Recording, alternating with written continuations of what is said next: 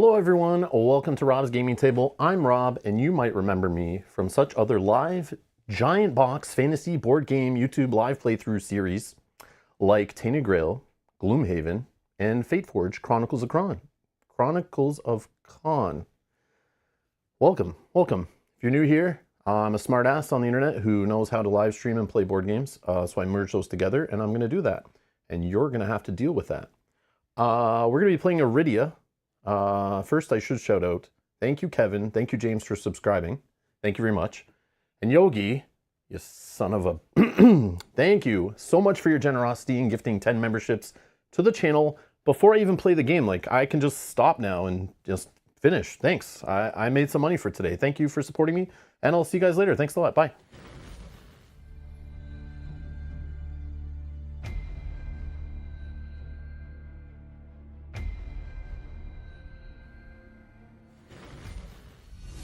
I kid. Janet, thank you so much for being a member for 46 months. 46 months, thank you. Hello, so excited to see your playthrough of this. I don't know why you guys are here today. Today we're going to be just playing the quick start guide. We're just going to learn the rules. So it might not be that exciting. We're going to literally go on rails through the tutorial, through the quick start guide, learn the game together. I've never played it before, but it is highly recommended to play the game this way and get started before we take off the training wheels in tomorrow's episode. So if you're looking for that, check the video description. I've already scheduled it, and I'll be streaming tomorrow and the next day, and we'll just keep continuing on with the playthrough. And maybe if we're lucky, maybe, it depends if Mel has some time, but she might join us because there is drop-in, drop-out mechanics. We might try that out coming up. We'll see if we keep playing it, if we keep liking it or whatever. So I don't have any thoughts really on the game yet, but I've read the rule book. I've read through the quick start guide and the combat guide. They're okay. Not the greatest teaching experience for my learning style, but we're going to go through it together. So we're all going to learn the game today together on rails. We're going to find out what it's all about and how it works. That's what we're doing today. And full disclosure, I purchased this myself with funds provided by these people right here. I wasn't really going to back this game at the time, but it was highly recommended by some people who are following the project pretty closely in our community, who said I probably would really like this game based on what they're kind of selling in it. So Mel and I went and looked at the crowdfunding campaign. I think it was like 16 years ago. And we kind of saw the points on the Kickstarter and kind of was like, okay, it marks a lot of the check boxes of the games we like to play through on the channel. So I was like, all right, you know, we got some of our awesome community members are recommending it to us, and they know what we like to play, so we backed it. But I just backed the base, like minimal. There's nothing about this game is minimal, but just the core box. We don't have any expansions or any of that kind of stuff that I know of. We just have the base box, so just keeping that in mind. We bought this ourselves. We're not being paid by the publisher, so thank you for your support, Yogi, and others, of course, and these people scrolling by right here for supporting the channel, allowing me to do this full time and play board games for you guys on the internet. I appreciate it.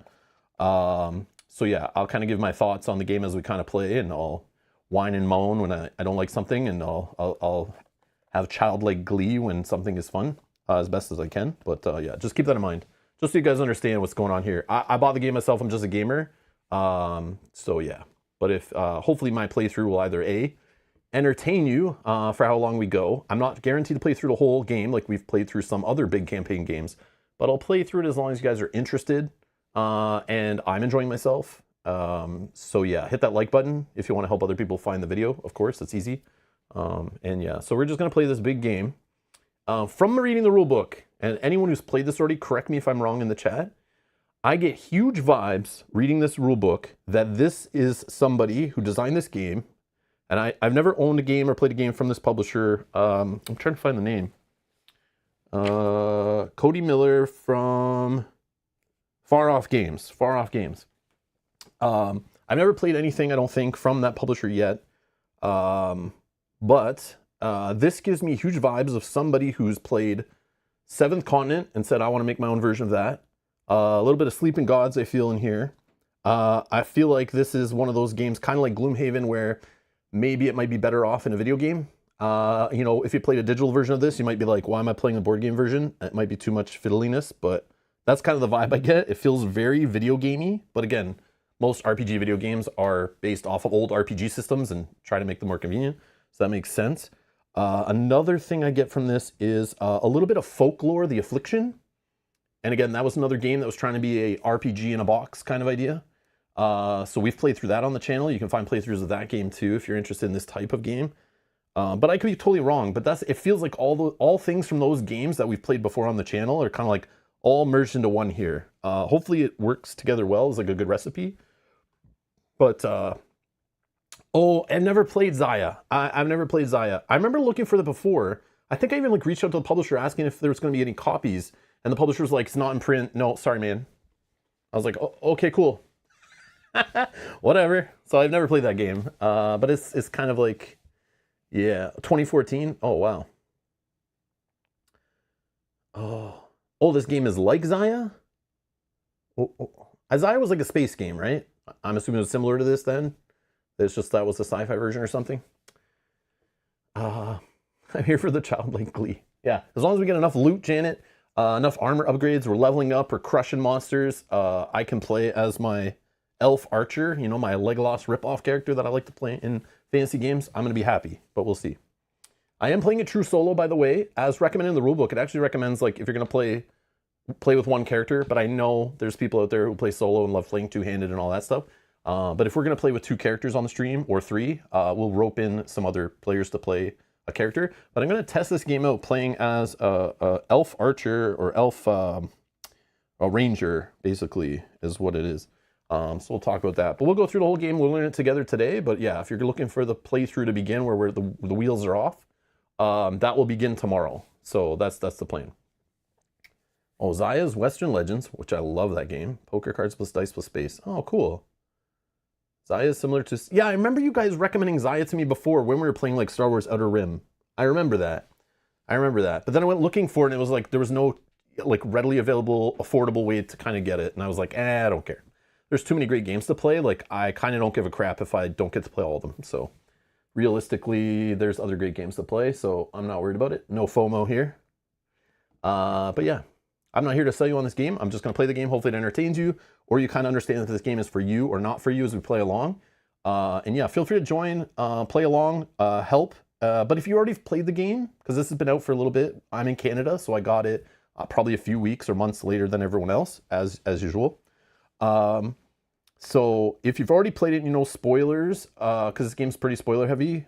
Obviously today we won't have any of that, but you know, don't spoil anything if you're watching along live.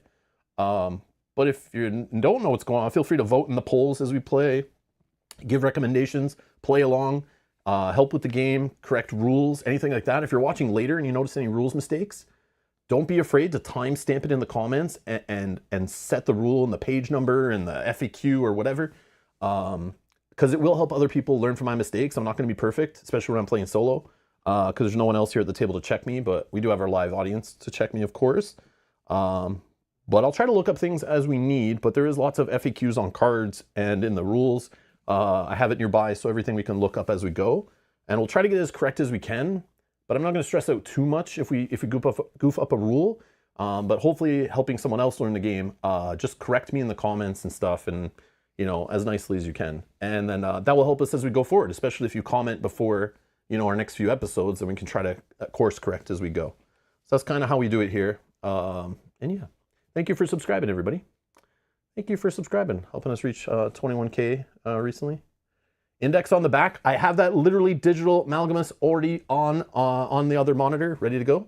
So we can kind of look stuff up as we need. Because again, I've never played this before, and I'll admit, this is not normally how I do it. I've explained this before. When I play live on the internet, it's already enough stress as it is. I like to usually rehearse, AKA learn the game, play with it, use my audio learning, my visual learning, my hands-on learning all together to try to digest the game, understand it, and then regurgitate it and play it with you guys on stream, and try to get rules as correct as I can and kind of feel like somewhat of an expert-ish on the game. But it's like I could read the rules only so much, but I didn't want to start punching out boxes and opening legacy components in this, which are not I don't think they're truly legacy, but the campaign is resettable. But I didn't want to pop out any surprises or spoil anything for myself, so I was going to experience it just live with you guys raw. So I apologize now if I'm like messing something up or forgetting something, or it gets a little weird as I'm like reading a rule book and we're trying to figure things out. Might get a little strange, but yeah, I appreciate the help. Anyone who knows how the game works, feel free to yell at me in the chat.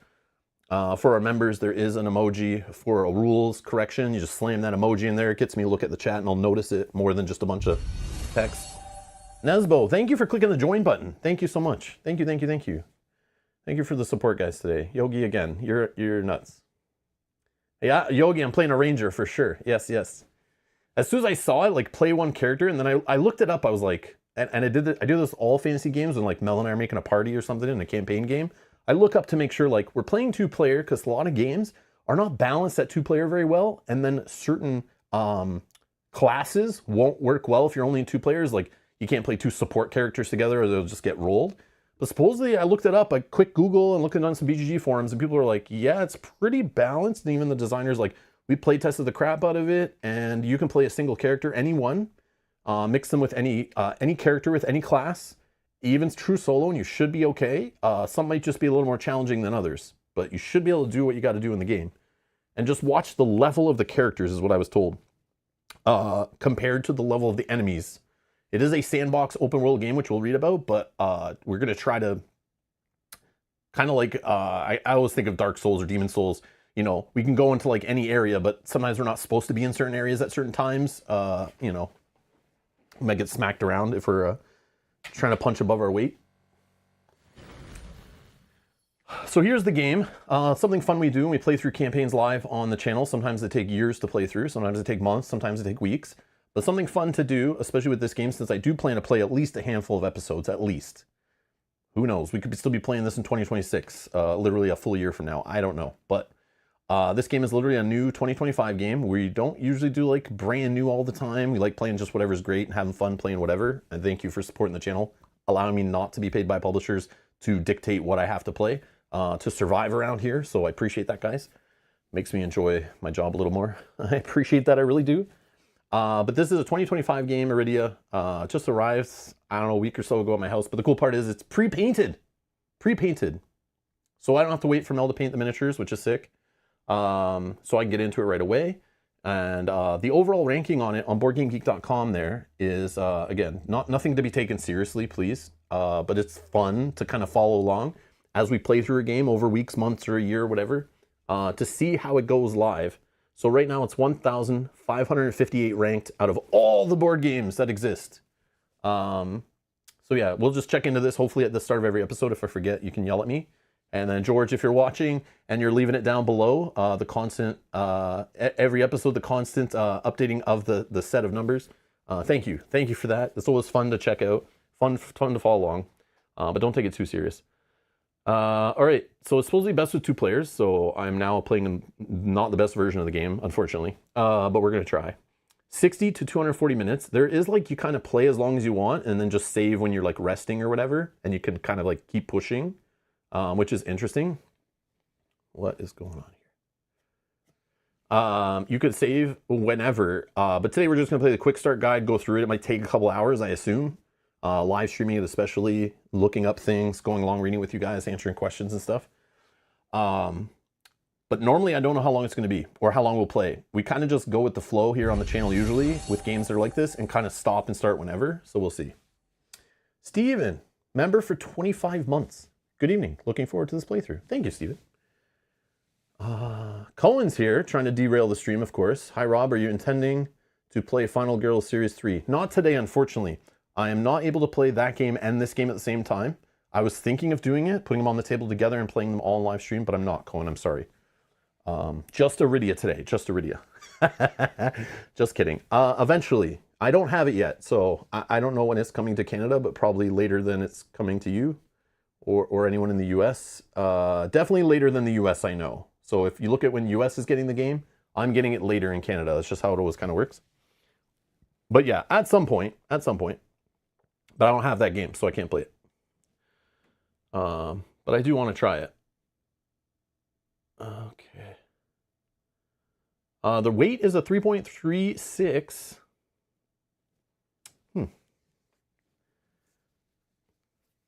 So Amalgamous says it's a fun unwind game for this game. We played about 2 hours each night. Okay. Okay.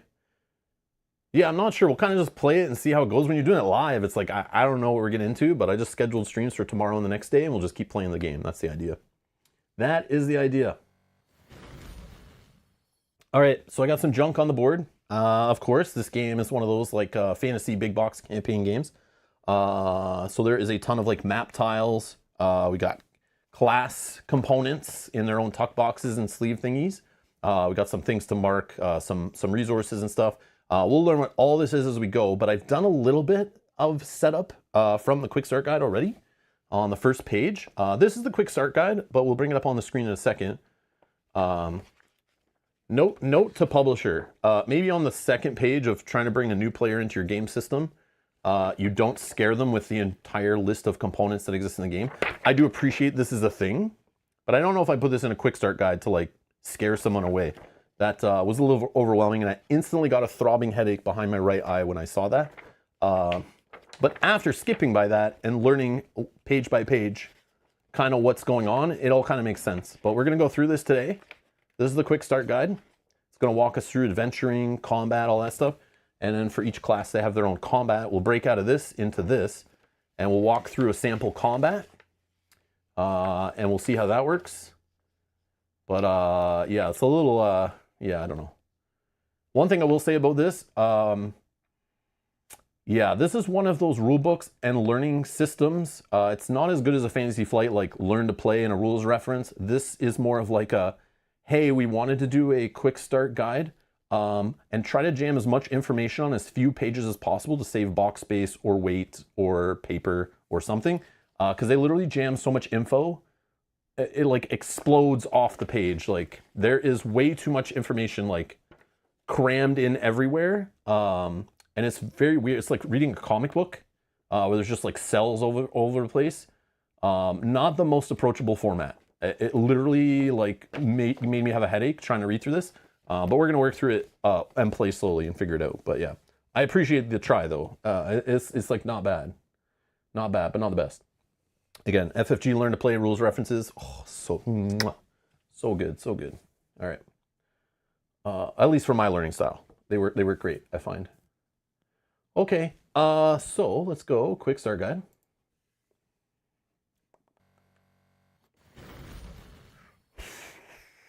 Okay, got the quick start guide. Let's start cracking through it.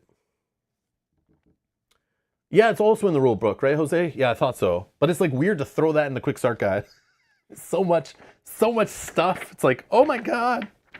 It's like a Kickstarter marketing page. Here's all the crap in the box. Oh my God, so much crap. Give us your money now. All right, welcome to Arydia. This game is a cooperative adventure that will have you and up to 3 friends exploring the world of Arydia. The game can be played over any number of sessions and is designed for you to quickly save and store the game between sessions. This guide is here to help you learn the rules of the game in a natural way by playing through an introduction. There is a rule book that contains the full rules, which you can reference later as needed, which I will try to read after again playing today. Hopefully some of it will stick, and then when I reread the rules, more of it will make sense. But when you're reading like a full rule book, I have trouble without like stopping to mess with components. And kind of do some hands-on in between to reinforce the rules. So I'll have to like read before tomorrow. Hopefully I'll get to read some more sections over again and help it stick. But yeah, so Arydia is full of secret components and surprises. So don't open or get anything out of the box unless instructed to do so. But I cheated a little bit, and I've already done some of that by looking at this before stream. So we got out a map. We got like a party token. We have like our adventure/combat mode token. We have some experience tokens, some alert tokens, I think they're or event tokens. And here's the 7th Continent / 7th Citadel inspired card decks. It's basically like the same idea as 7th Continent, which is one of the reasons I was interested in playing this and interested in playing it solo. I really liked playing through 7th Continent on the channel solo, and it was cool the way that game had the 3 index holders and the story was told through the cards. Same idea. This has no app or book. Storybook, it's all in the cards, just like 7th Citadel, basically, right? Or 7th Continent. So that's where I got the vibes there of that. Also, I already have the maps. I've took the shrink off the maps and stuff. Maps are just like I don't know, they're like cardstock shoved in these like sleeves, all the different sizes. So and they're numbered in the bottom right. I've set up my play space. I measured my play space is exactly this rectangle. I'm just kidding. Insert dividers. I went through this already. I did this off stream because I think this would be a little crazy to do on stream with you guys unless we were playing like an unboxing or something, or streaming an unboxing. So I've already gone through and set up the dividers in between all the cards, and they already came like in the proper order, which is pretty sick. That's not always the case with some of these games. And then here's the components. So I have all this stuff in containers and things. This is the overwhelming amount of stuff this is just the stuff that's not hidden in boxes, I think. And here's all the card types and everything. Yeah.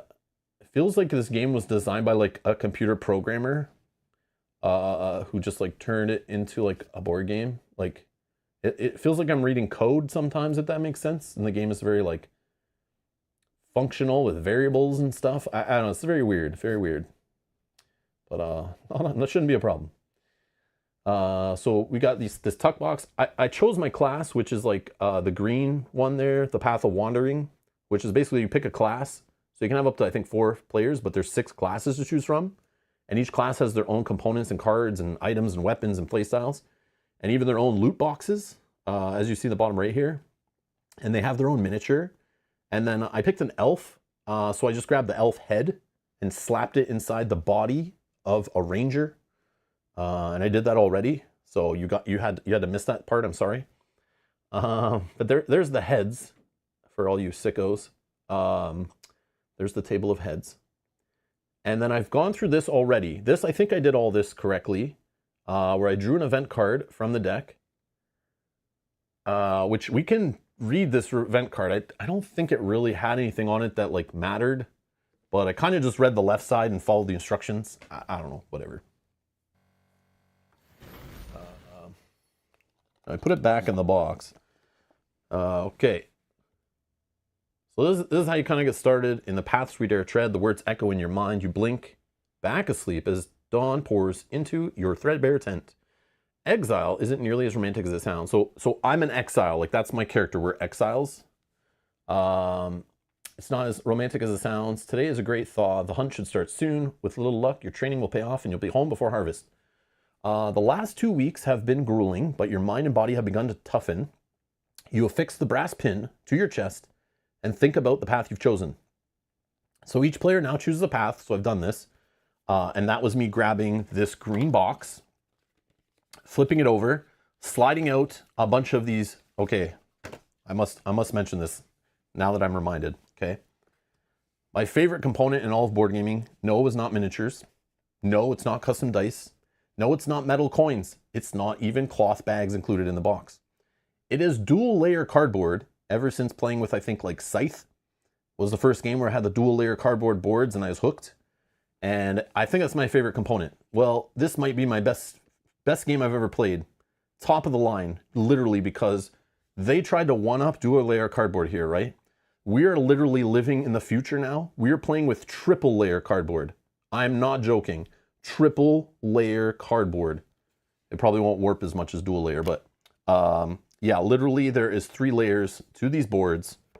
I don't know if that's the same for my character board here. This might be only dual. This one might be only dual, but this map, triple layer cardboard. I don't know if you can see there. It's not really, it's thick, but not that thick to get the focus of the camera, I guess, but see if we can. Yeah, triple layer right there.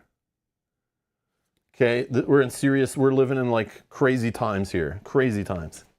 All right, anyway. Triple layer. Yeah, okay, some are still dual, but some are triple. This one I think is triple. And this one's triple. I don't know, whatever. Anyways, I thought it was funny. So thick. Can you collect the heads? Oh, Pontus. Yeah, where are they actually? So here's the miniatures and the heads. Kind of funny. So there's like a male and female of each head. It feels very Skyrim-y. I don't know. Obviously Skyrim, fantasy-based RPGs and stuff. Yeah, but yeah, so we have our tuck box. We have our, I've already set up the board based on the instructions on here. You have 3 mats per character. This game is quite the table hog, it feels. This is literally like our skill tree that we can learn during the game and kind of feels very like too many bones, you know, dice mat kind of style where we need to learn this skill before this skill before this skill kind of thing. And as we learn these, we put them on our player board kind of thing. But I've just set this off to the side. I'm just going to put it in here. I don't know if we're going to learn a skill today or not, but we already have some to start, so that's kind of cool based on our class and our character. So what I've done here is I've chosen the elf character, and you put this in here, and it gives you this skill. So you build up your little mat. It gives me this card and tells me elves are the fewest of all the inhabitants in Arydia. Elves can often be found communing with animals and nature. Beauty and mirth used to surround you before you were exiled from your forest home. Okay, and then when I chose this character, it gave me told me to get these components out of the punch board. And then here is kind of like my starting stats. So based on these starting stats of like endurance, wisdom, and dexterity of 1, I've placed in those tokens here. And based on my starting HP, mana, and stamina, I've put those values in the board here. So I have a 2 HP, right? Yeah, 2 HP. And then they give you these little cardboard tokens to kind of slot in to stop you from getting crazy with it and cheating as I want to do. So I'm not allowed to get more HP than I'm allowed. And same with stamina here. We have this little green stamina bar here. We also have a bar here for role-playing points or tokens or something. They're basically like dice mitigation, luck mitigation. When we do a skill check using an attribute, we can spend little cubes from here, this little bar, we're allowed to hold up to 3 of them, to give a +1 or +3 to the roll, as reminding us here. And they're just given to you for like reading cards. They're like just gated behind progress, basically. So they're like little reroll tokens, kind of, but not really. Like they're just like a +3. So those are kind of the cube areas on the board. And there's our stats. So when we level up, we'll be checking off and spending XP cost on the purple bar to cross off little levels and pick upgrades. It even reminds you here to check 1 stat for each level, check 1 attribute for each level, and we can kind of increase our level as we go. And it said in the rule book, you can go up to like possibly even level 10 by the end of your campaign playthrough. And again, you can reset the game, play it with different classes and characters and party numbers. There's drop in, drop out, all the stuff I love to hear. And yeah, so this is all specific to the elf. So just keep that in mind. I have that here.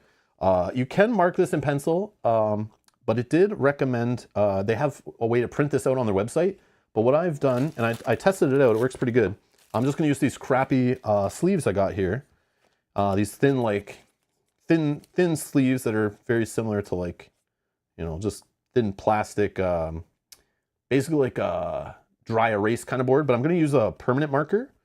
And yeah, mark on here when we level up with a permanent marker, which worked really good actually.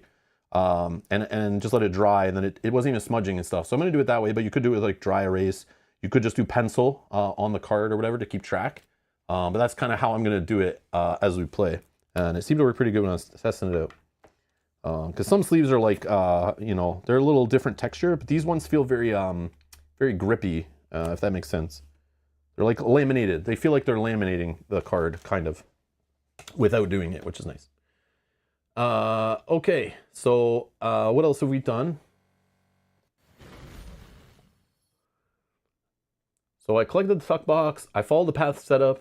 I've got the reference cards out, which is really cool. So in your little tuck box and in the one of the card boxes, there's reference cards for all of your items. This is kind of insane. Okay, ready? So normally you take a bow, right? Like, you know, I get a bow card in a game and it might tell me some symbols on the card and I got to go read what those symbols mean on the back of the rule book or in the rule book, okay? So here's my bow. It tells me that only the class I'm playing can use it, so I can't trade this with another player of a different class. It tells me it's a ranged weapon. It tells me I need to roll an endurance check to possibly hit an enemy in this form, which we'll explain that as we play through combat. And my range with this thing I have to be at least 3 or 4 spaces away from an enemy, right? Okay, and how I know this, normally when I looked at this when I was first starting, I was like, what the hell is all this? It is explained in the rule book, but this is where it gets crazy, okay? And you hear me bitch all the time, guys, how games do not include enough reference material to prevent me from looking up in the rule book every 2 seconds. This game has reference on the back of the rule book. Rule book. It has reference on the back of the rule book, and look at that fat index, ready to go look things up quickly. But it has reference material here, okay, super important, and it's good stuff so far from what I've seen. When I was reading the rule book, I would like look on the back to see if it answered my question. But also they include player reference cards. And with this and this together, there should be everything kind of covered here. And some of it's like duplicated even, but it doesn't stop there. Okay, this is minimum what you expect in a game of this complexity, right? This is minimum, okay? But ready, I'm about to blow your mind, okay? I'm about to blow your mind. Okay, so we have the bow, right? And we have the reference card. Now it tells you to grab the bow reference card, okay? So each item, I'm pretty sure each item, maybe I'm incorrect. So far, the items they've given us at the beginning have their own card explaining what the heck this thing is. It's a held item, usable in either hand. It feels very like Mage Knight. You know, Mage Knight, if any of you guys play Mage Knight, the board game has like 1,000 reference cards that are all sitting in front of you explaining every little tile and town and all this crap. And I thought that was super silly, but like, if you got the time and you're okay just like fiddling through cards to find information, this is a good way to help you like learn, and the information's there, which is neat. I'd rather have more reference than less, right? So I have to give a shout out to this game for this. Action, basic attack, cost, none. The target of a foe in range of your bow, that's what that means. I know that from reading the rulebook. Check endurance, then damage the foe accordingly. Okay, this maybe is not that helpful, but get this. Here, ready? I'm about to blow your mind. There's literally FAQ on the back of all the cards that I have, all the reference cards I have. Literally FAQ answering stuff on the freaking card. So that right there shows me there was some play testing done. Like, this is the first printing. This is not second edition, okay? And I already have FAQ of the items on the card. Freaking blown. I mean, the play testing like was done, and there's proof right here. And another thing, you expect, this game's been out for a little bit, like a month or two. Games of normally this complexity, this many components, this much story, this many cards, you know, pages in a storybook, whatever, usually have giant FAQs and errata by the time I get them, open them, and play them on the channel. This is the official FAQ so far that I found online. Uh-oh. Sync to the latest version. Uh-oh, maybe it's gotten bigger. So there's a Google Doc they're keeping. And I expected for a first printing, although the game was delayed heavily, so maybe they spent some time like making sure some extra eyeballs looked for some errata and stuff. Or maybe people just haven't played it enough. But there is an FAQ out there explaining some of the misprints in the quick start guide and things, which kind of sucks to have your earliest experience stuff have the problems and not your later stuff. But they're adding it in here as people bring it up on BGG. And this is a pretty small FAQ. Like, and this is the first game. Like, let me just put in perspective. Like a game like Gloomhaven that had like a 75-page FAQ, and then literally remade the exact same game again, and then added some extra bloat nobody asked for, and called it Frosthaven, had way more errata, and you think they took years to make that game, and they would learn from the first game, so there would be less chances of mistakes in the second. That game had a huge bunch of errata right off the start, like literally right off the start. Very poor experience, okay? And this, already I'm quite impressed, the first, you know, big box printing of this fantasy game. And this is their only FAQ, but just recommending to look at this before you get playing. Another thing that kind of helped me a little bit, because I had some questions about some stuff I was reading. I was like, wait, that doesn't seem right. And then I looked it up and there's corrections already. And you can find this just by Googling official FAQ for Arydia.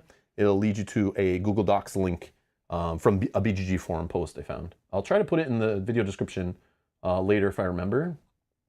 But maybe I can throw it in the chat. If you're watching later, just bring up the chat archive. I'll post in the chat. I don't know if this will work, but I just threw the Google Docs link in there. I don't know if that'll work. If someone in the chat can click this suspicious link I just put in there, I promise there's no virus. And that should work for you. And then I'll try to paste it later in the video description if I remember.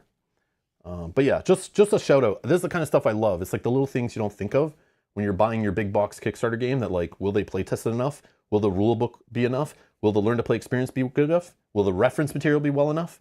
Will they not put a forced mandatory puzzle book into the game? You know, things like that. Like, it's kind of nice to see. I have to shout it out. Okay, there's your Rob ramble side rant for this hour. Okay, so yeah, it's just pretty cool. I just had to shout that out. So we'll be looking at this stuff as we play. I'm sure I'll have questions, but I was kind of blown away. So we literally have something for all the skills. All the skills we already start with, they literally have extra material that you should probably read as you're playing. And I know I will need to look at these. I already looked at a few. It was like, I don't understand how the hell this works. Like if you just look at this component, like, you know, you're learning the game, you get the quick start guide out and you're like, what the heck is all this? I kind of still don't know what all of it means, but we'll look it up as we need. I know it's an action. I know it costs 3 combo, and I know there's a die roll involved. And I think I need to be that position away from the enemy, but I'm not 100% sure exactly what's going on here. I think that's like, I know there's some piercing happening there, some targeted attack, basically like a aimed attack or something. And then I guess some extra diagonal hits. I think I figured it out just now by looking at it, but you know what I mean. The card will help you if you're like confused at the beginning. I was confused until I read the rulebook, I'll be honest. The rulebook definitely helps a lot. Okay, so let's continue. Let's continue ramming through the quick start guide. Yeah, I see lots of people in the chat haven't played the game but are interested to watch along. So I'm going to try to explain stuff as best I can as we play through, as I figure it out. But feel free to chime in the chat, of course. Jose says, I've had to look up so little while playing this game. Almost everything gets answered in those FAQs. Oh, that is so good to hear. I hope that gets like shouted out more in like reviews for this game or when people are talking about this game later. So other publishers take note, right? Like when Gloomhaven popped off and became #1 on BGG and everyone wanted to make their own Gloomhaven, a la this game, you know? Like everyone wants to make their own big box fantasy game and like be a hit like Gloomhaven, right? But there's things that people copy from that but then don't improve on, right? I hope people understand that like players want this kind of stuff and are willing to pay extra for it, and hopefully that's like something that future publishers take note of and rip off of from this game, you know, because that will benefit all people trying to learn these big box fantasy games. Good stuff. Okay, so yeah, we got the character portrait tokens, we got our skills rule cards. What else? Step 6. We got our max stat tokens. I already showed you. I put those in. We got our attribute tokens. Already put those in off the back of that character card. We chose a name. I just picked a name, but I want to show you this. There are little tiles to write your own name. I just picked this name to sound like an elf name, and I'm not sure how it's supposed to be pronounced, but it's my game now. I purchased it, so it's officially, I own all this cardboard. I kind of do what I want now. So we're gonna say this like Sealdar. I don't know if it's a hard C or a soft C, but on my table it's a soft C. Okay, that's how we're doing it. But this is Sealdar, and the crazy part is, I'm going to show you this. There are all these names, okay, and there are ones that are blank you can write on, and then there are backside too. So there's if you're like me and you're not very creative, you could just grab whatever name you want, and then whatever title you want. And I picked the Hungry. I was going to do like a poll, but there's like too many, and I can only put 4 in a poll. But I picked the Hungry. I thought it was funny. You know, I like to eat. But no, I'm hungry for loot and upgrades and adventuring. So I figured the Hungry sounds kind of funny. So that's my title. But I just want to show you the character selection. Like I picked an elf. You guys, like anyone who's watched the channel knows I like Lord of the Rings, play lots of Lord of the Rings themed games on the channel. I always like the Legolas, you know, kind of character. That's always my thing. I love the elves. I love archers and rangers and traps and ranged attacks and stuff. In all my games I play, sci-fi or fantasy or whatever. Humans are boring, of course. Halflings, you know, being a tall guy, I don't really relate to the halflings. Bang my head on too many hobbit doors. Dwarfs, we got Lunarian orcs and etc. There's so Felish? I didn't even notice that one. Yeah, Slyn and a Fae. I don't know. These are all classes you could take. They all have their own, or characters you could take. They have their own skills, which is pretty sick. And I just haven't punched out all this stuff. I punched out the stuff they told me to like get ready beside the table. A few tokens, but I just have this off to the side. I'll punch it out later and throw in baggies or whatever, but yeah, it's kind of cool. Just want to show you guys that. But I just sped it up, just got those parts because I like to ramble and rant and stuff, and that wastes enough time on the stream. So we're the elf, and then we're the scout. The scout is like our path of wandering, I think. Which in here came those reference cards and the tokens and the die and all that stuff. And I'll just keep this off the side, but we save in here. This is used for saving. And yeah, I'll just keep that off the side.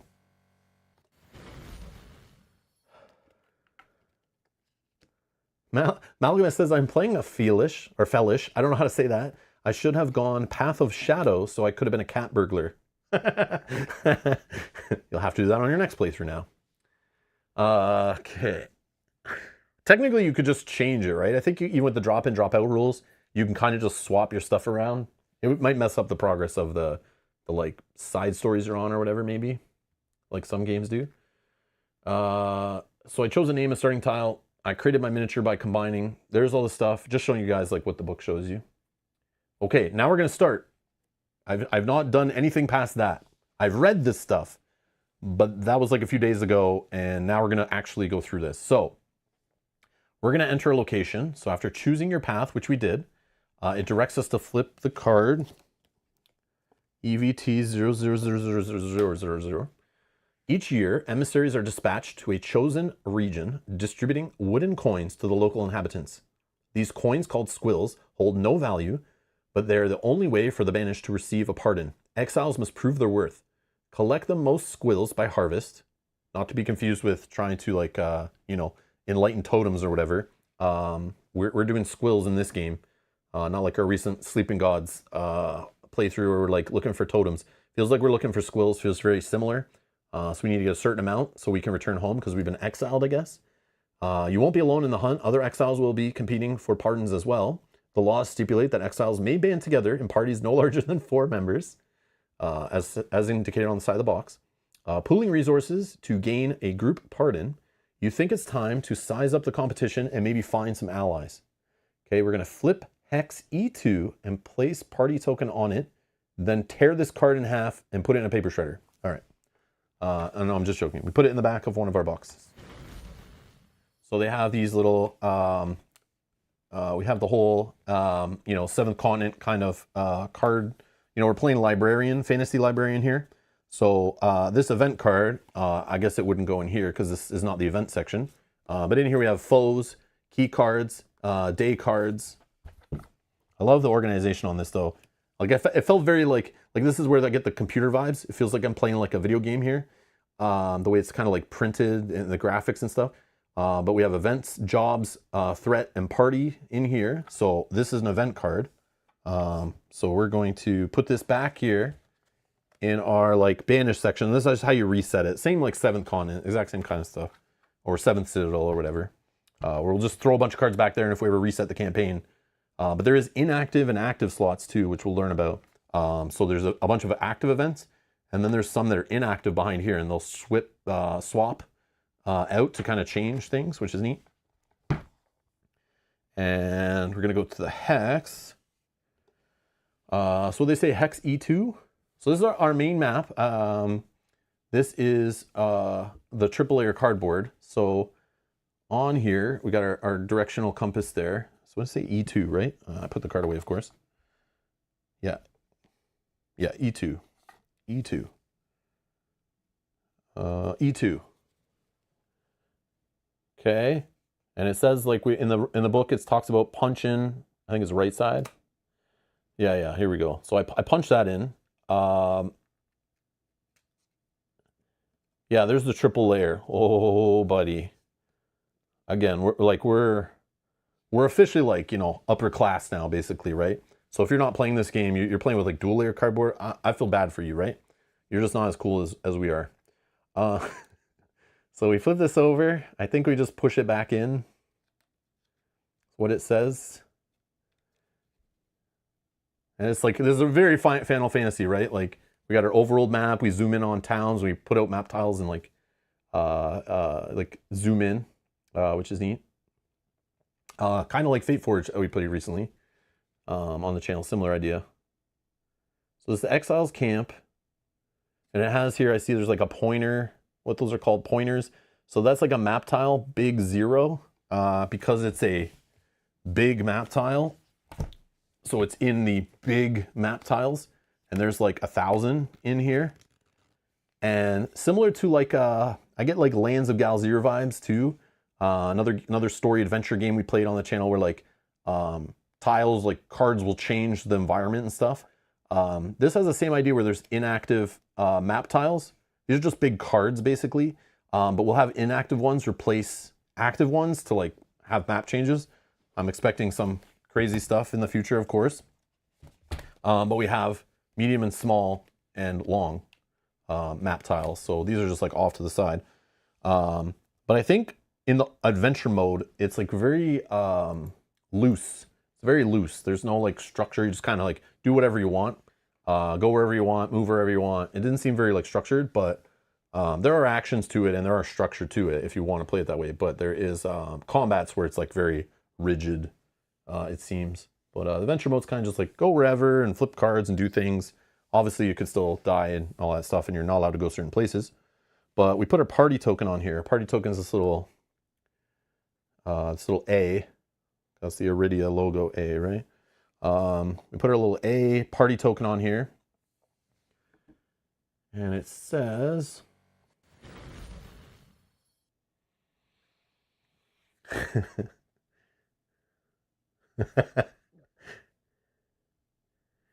Compare the quality of that map versus ripping off stickers from Fate Forge.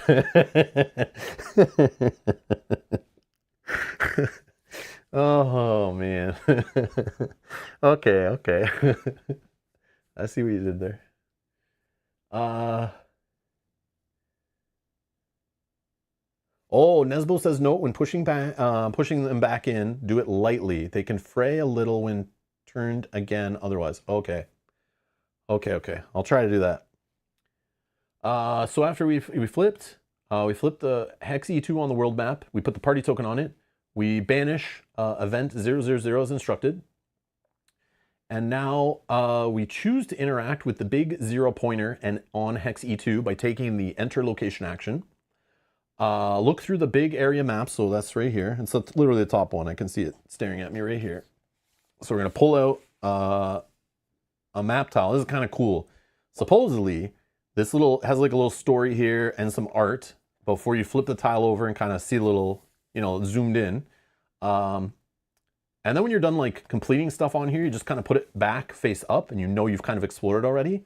But if you haven't, they'll all be face down, which is kind of neat. I think it's a cool like save system and kind of how it progresses. It's very simple. So we got this out. So here's our map tile.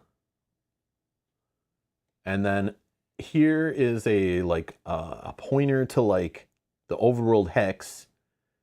And then we have like pointers that connect to other tiles. This is from the medium map tiles. And this is the label down here.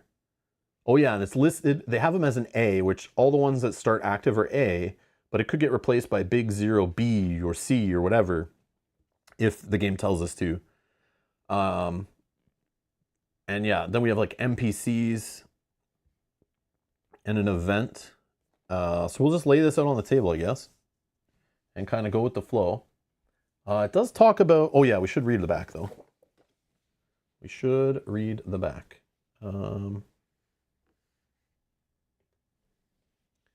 What?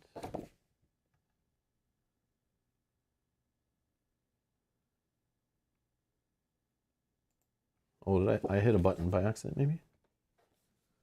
Yeah, I did. Okay.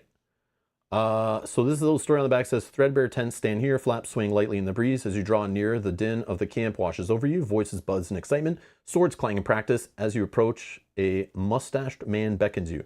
Then it tells you to flip it over. Well, I just want to show this here. That's pretty sick, right? Cool art, cool art. All right, so yeah, we flip this over. We would have kind of looked at it a bit. Let's set her up. It says, read the tile, show the artwork to all players. There's like some soundtrack I don't care about. Read the narrative text in the blue box out loud, then flip it over, reveal the map side. Each player places their miniature as closest to this little thing here. So here's my mini, pre-painted, by the way. Pre-painted. Love it. I put the little colored base based on my my path on the bottom. Just for visibility, it says you can use them. You don't need them, I don't think, but maybe it'll help it on stream be able to see what characters what, especially when we're playing with multiple characters, if Mel joins us in the future. No promises. Okay, so we'll put ourselves here, I guess. Because there's an event on the map, it says we have to place an event token, which I have off to the side here in a container. We'll put that covering the event. I think we just have to be adjacent to it to like interact with it. The enter location action is now complete. You're ready to start moving around the map and interacting with what's on it. And it just tells you, it shows you here on the right, like it explains it all in pictures, which is nice. I like that, it's nice. And it kind of says put your character there, flip the map over, place the event. Okay, so now it's going to tell us about NPCs. So adventure mode, unlike combat mode, is generally free form. In adventure mode, actions can be taken consecutively without a set player order. So you don't need to count movement. Move your miniature adjacent to NPC 0, which we will do. And then take the interact action to talk to the NPC, which makes you the active player. Before this action continues, other party members may move their miniatures as well. Party members that place their miniature adjacent to NPC 0 can also participate in the conversation. The player to the left of the active player is the guide. So there's this whole thing about like being role-playing like in this game, where there's literally stuff on the cards that explains how you're going to act out. You give this card to the next player, and they like read it out and pretend they're that guy. And then you kind of ask questions and they have answers to tell you back. Even if I wasn't playing solo, I kind of don't care about any of that stuff. We're just going to play it kind of like as it says you can play it. It's just like read everything. We don't need to play games. We're just going to get to the business. But that's what this is kind of explaining here. So it talks about like the portrait and explains here like, you know, smooth your mustache when they ask certain things. You're kind of like got to act it out and change your voice and all that stuff. It tells you all that. We're just going to skip all that, but if you want to play that game, the game that way with your group, that's totally cool. Just on stream, I don't really care. And so we're just going to like, just read everything. We're going to just put it all on stream and go through it. Just get to the business. But it's kind of cool that they try to do it that way. Okay. So we'll just read it. I don't want to read all this text on the page here. But I did read this before. Okay, so we're going to go through the steps. We need to find this NPC. And it was NPC 0, so we need to find that card, right?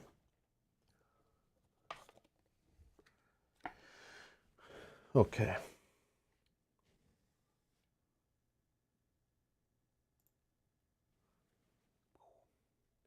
So here we have NPC 0. It's a weather-beaten man stands here watching exiles approach.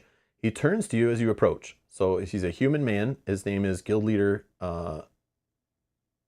Thaddeus.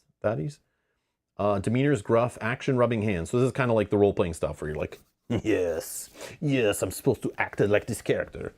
A weather-beaten man stands here. Okay, we read that. After all that training, the day has arrived. So we're supposed to read this to like the play group as you play, and then they ask questions about some of these bold things. But if your play group's having trouble, they say just like read it out to them. Just start reading the options. It's whatever, man.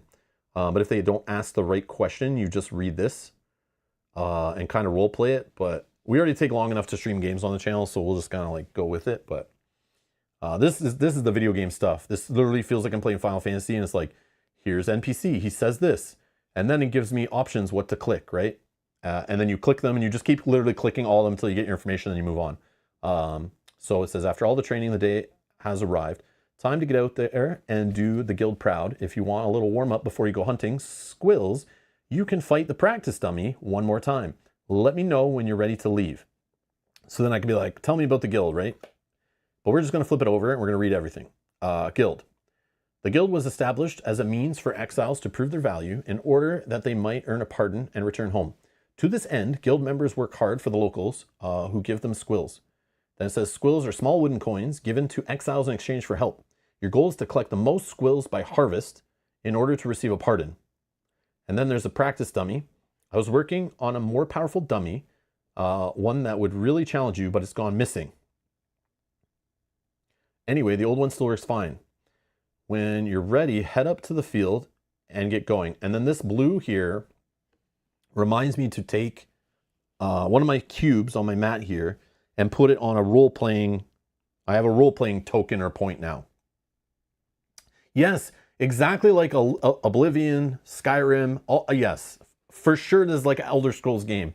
And again, Elder Scrolls games are themed off like old RPGs, you know, like the RPG systems of Dungeons and Dragons and that stuff. So it fully makes sense. This game literally says on the box, like RPG in a box. So it makes sense that it feels just like that. But the way the cards are laid out, yes, literally feels like I'm playing like Skyrim and I go up to an NPC and I just literally click on every option, right? You're sure ready to start the hunt? Wait, should I do this? I don't know if I'm supposed to do all this stuff right now, but let's see what the book is telling us to do.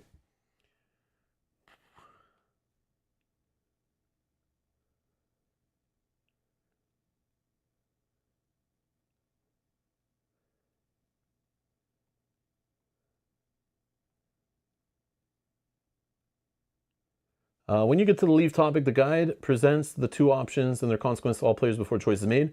Choose no at this time. You'll come back to this a little later. So we're going to follow the script, right? Obviously, I'd want to just do this, but it tells us to hold off. So I'll kind of just leave this NPC card here beside the board where that guy is. Okay.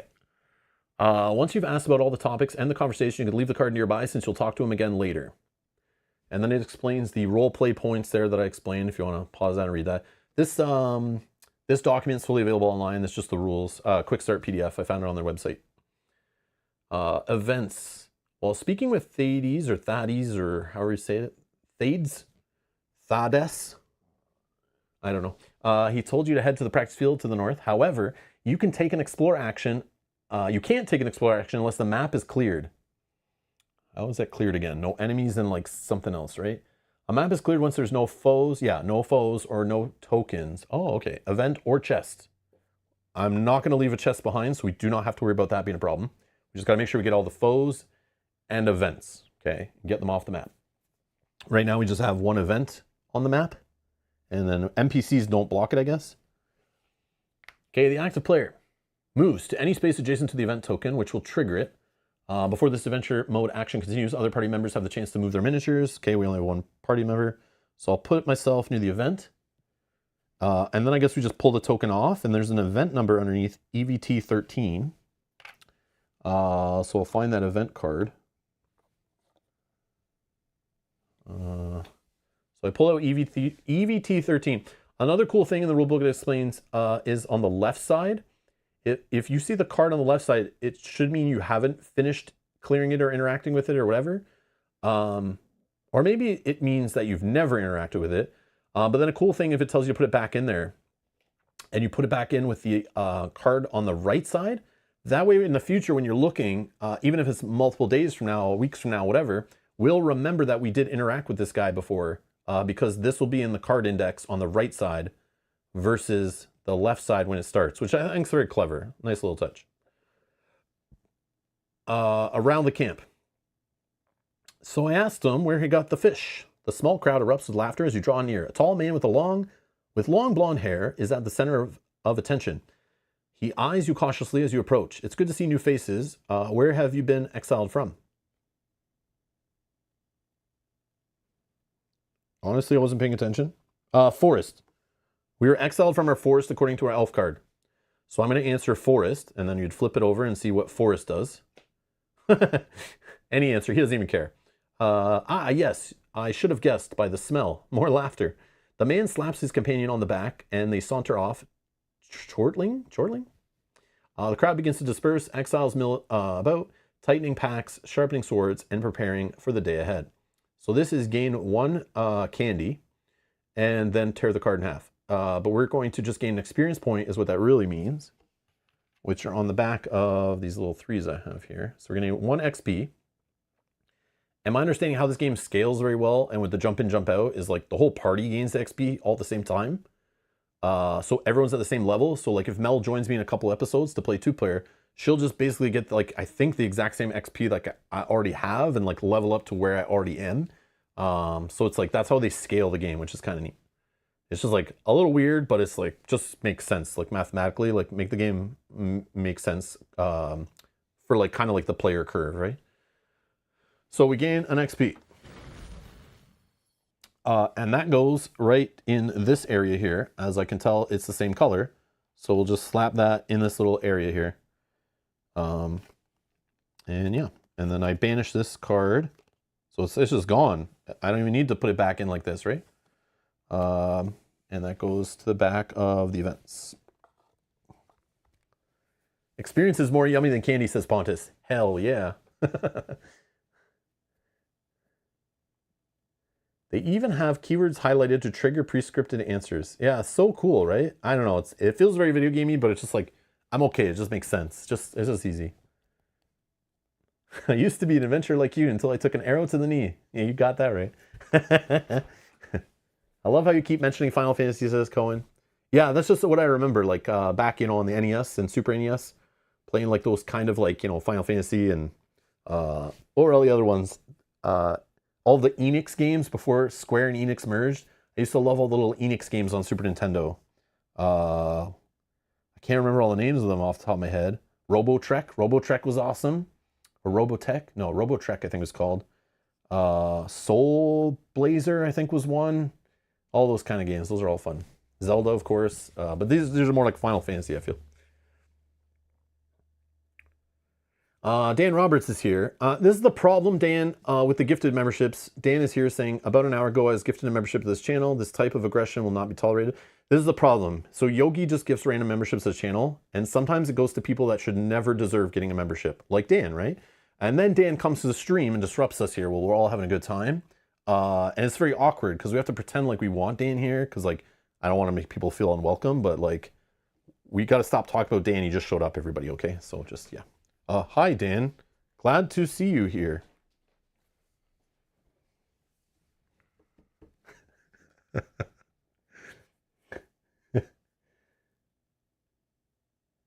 There was no possibility to name your elf Rob. Yeah, there is. I could have named my elf Rob. Literally, I could have, but that's even more boring than picking a pre-named character. Right here. I think. Nope. I mean, we can, but like, I don't think it matters that much. But yes, you can though. I don't know where I put them. Oh, right here. There are little blank tokens. You can write whatever you want on them and stick them in there. That it comes with. I just was like, whatever. You know. Yeah. So I just picked Sealdar. A, because I'll have trouble pronouncing it and it'll annoy people. So it's always fun. And then it sounded very elf-like to me. So Robildar, Robgolas. I mean, we can do that, but also my writing is bad. So yeah. Derek, thank you so much for being a member for 28 months. Sorry about those 28 months. Hope you're doing well. Hope you're doing well. Thank you. This is 28 months of awesome-ness. Awesomeness. Thank you. Thank you. Rob Golas is the best. All right. Screw you guys. I'll change it then. Fine. Get what you want. Where did I put those? Oh, now I lost them. Okay. Rob McRobface? No, we're not doing that, okay? I'm trying to get through this quick start guide, guys. I want to get to the real game, and I know this is super boring, and you guys are like ruining my flow, okay? I just want to let you know. Stupid peer pressure. I'm all aglow with excitement, Rob. Oh, okay, good to hear. I was going to message you yesterday, like 2 days ago, I thought of you. And yeah, but it's like that awkward, like, yeah, yeah. So I'm good to hear. Like everything is good. You're clear. All well. Okay. I hope you understand what I'm asking about. Yeah. Adam, thank you so much for the $10 super chat for another month of Rob welcoming Dan Roberts. Yeah. So glad you're here, Dan. Glad you could join us. Rob equals super slow start guide. Yeah, Dan, screw you. I should have did this members only, and then hopefully Yogi wouldn't have gifted memberships to that stream, and then we wouldn't have had Dan be able to join us. I thought of doing that, doing a members only stream for the setup / quick start guide. Oh, you're not clear yet for. Oh, okay. Cool. I mean, not cool, but yeah, okay. Yeah, let me know. I'm curious. Yeah, that's scary stuff. Okay, well. Janet says, while you may not want Dan here, he has made useful info concerning your equipment being in the wrong positions. Oh, did I do something wrong? Janet, is there something wrong? Did I miss?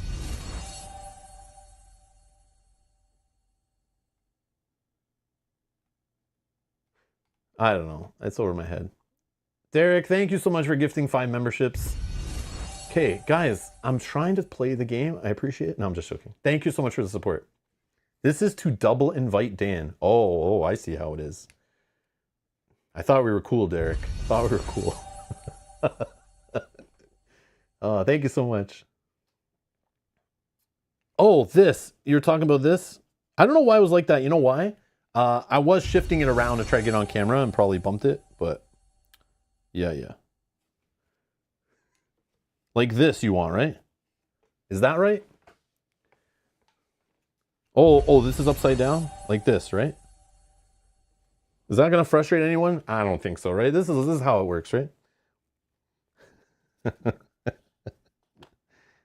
Is it annoying that they gave me pieces that just float out in the middle like this? Yeah.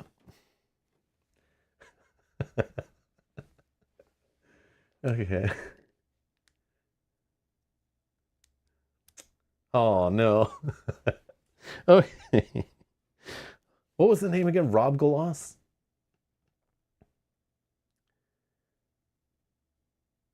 Rob Galas.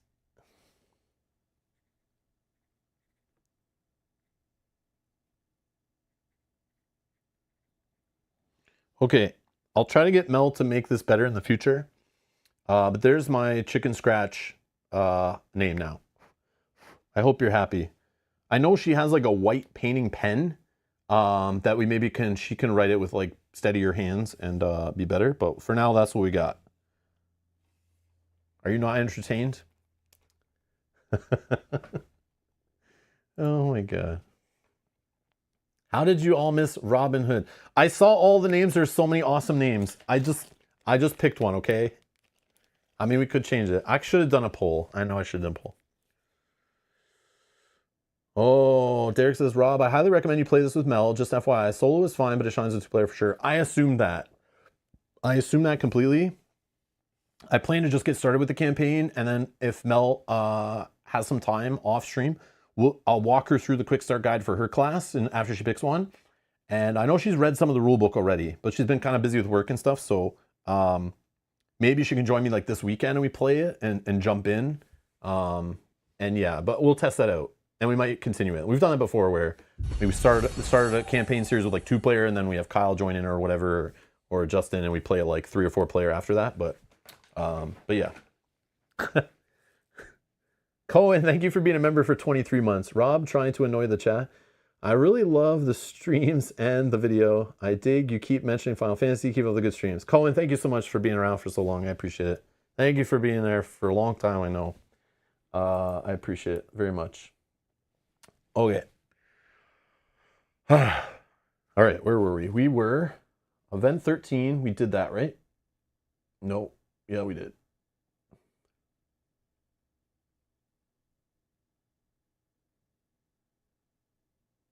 We got our experience. Yep, we got our experience. And we banished the card. Okay. Now we're going to explore the map. Now that the map is cleared, you can head up to the practice field. In this example, we cleared it by getting rid of that event, right? Now we're allowed to like wander more. In this example, we chose not to interact with NPC 161 yet, because there was another NPC, but that doesn't consider the board is cleared, I guess. So have the active player move adjacent to the pointer MED0. Boom. So we're going to move to the pointer MED0. And we're going to go, it's very important that we go, no, we'll go this way. No, oh, there's difficult terrain. We're going to go over that. And then we'll go this way. I'm just kidding. You can go, like you literally just teleport in adventure mode. It like doesn't even matter. But if we had a fight on here, there's like all different types of lines for like difficult terrain and like impassable terrain and stuff that blocks range and line of sight and stuff. But in adventure mode, you literally just like, I go here, I go here. You do whatever you want. Which just seems so strange, but it's kind of cool, I guess. So now we need MED0.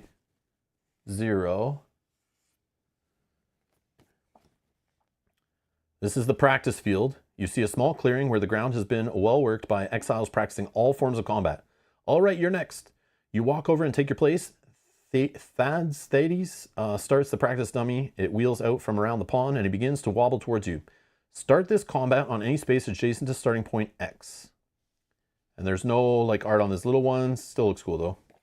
And then we just kind of flip it over. Oh yeah, and then it attaches, I see here. It attaches, so we can just move this out of the way. Will this fit? So you have to like line up. There's like a little spot here where they like connect, I think. And we're here with these dry Canadian winters. I think it's making these tiles like warp a little bit. They're not really tiles, they're just like cardstock, definitely. But they're curling hard. Okay, so we're here. And then it says,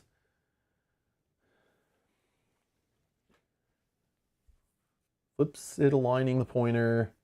The explore action is now resolved. The explore action has revealed a map with a foe on it. Each time a map with one or more foes is revealed, flip the mode token. So we're not in adventure mode anymore. We're in combat, Dorothy. All right. It's official. So combat setup, it says flip the mode token to combat. Take threat 1 through threat 12 cards in total. Those are just in here somewhere. Threat cards. Shuffle them and place them face down to make the threat deck. But I think it's going to tell us like what cards to draw and dice to draw, or dice to roll, and all the numbers we get. It's like one of those tutorials where it literally just walks you through step by step, but we'll just move tokens around and stuff.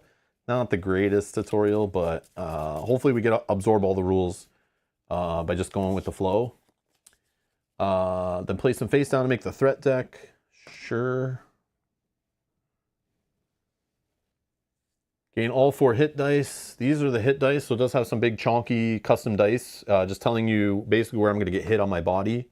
And you see it's the same layout as this here on my player board. So you have like armor to block certain spots. I guess we need to get the, oh yeah, the threat combo track thingy. So there is this little track here that tracks like our combo meter we're building up that we can spend to do cool things. And then the enemy has a threat meter that they'll spend to react. And then it has like a limit break when it gets here that we can do a free action. Or if it gets there for the enemy, they all get to like have an activation with like extra damage or something. So it's bad if it gets there for this. Bad for us. This is bad for them. But we'll see. And it's all based on card drawing. I don't know where this is from. This reminds me of like, I think of, I get similar vibes with this deck from Aeon's End for some reason. I don't remember exactly why, but where like you'll flip it and it'll kind of make the mobs go or increase their threat or make all enemies activate, or it might make just a threat go up or make a boss activate and you're not sure, you know.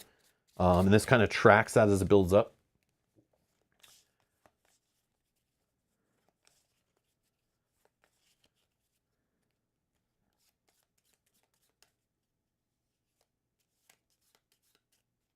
Oh yeah, I'm supposed to be at X, right? And I think it's going to tell me a specific spot actually.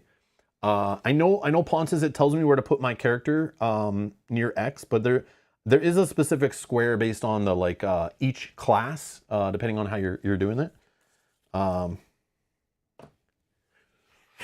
Okay, find all the foe 0 cards, 1 of 2 and 2 of 2.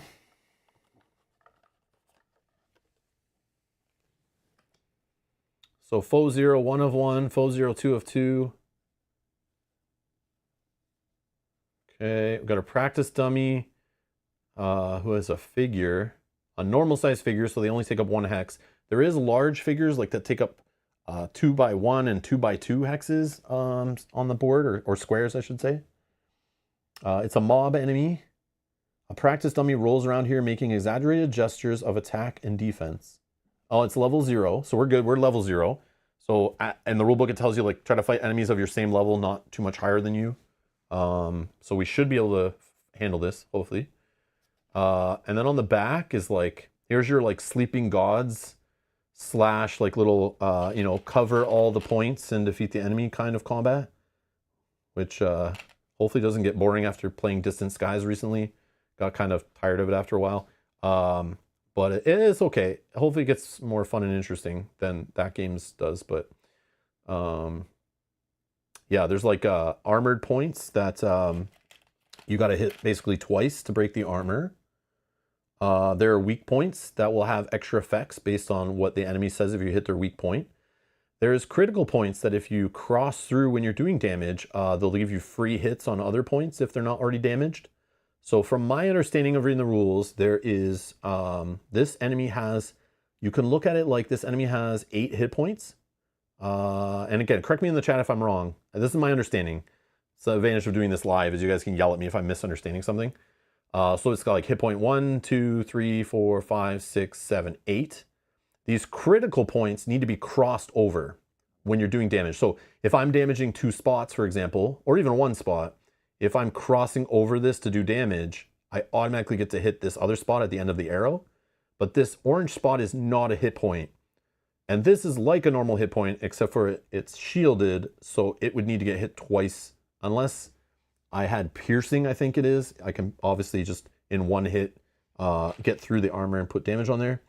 And then the weak points right here will raise their threat by 1.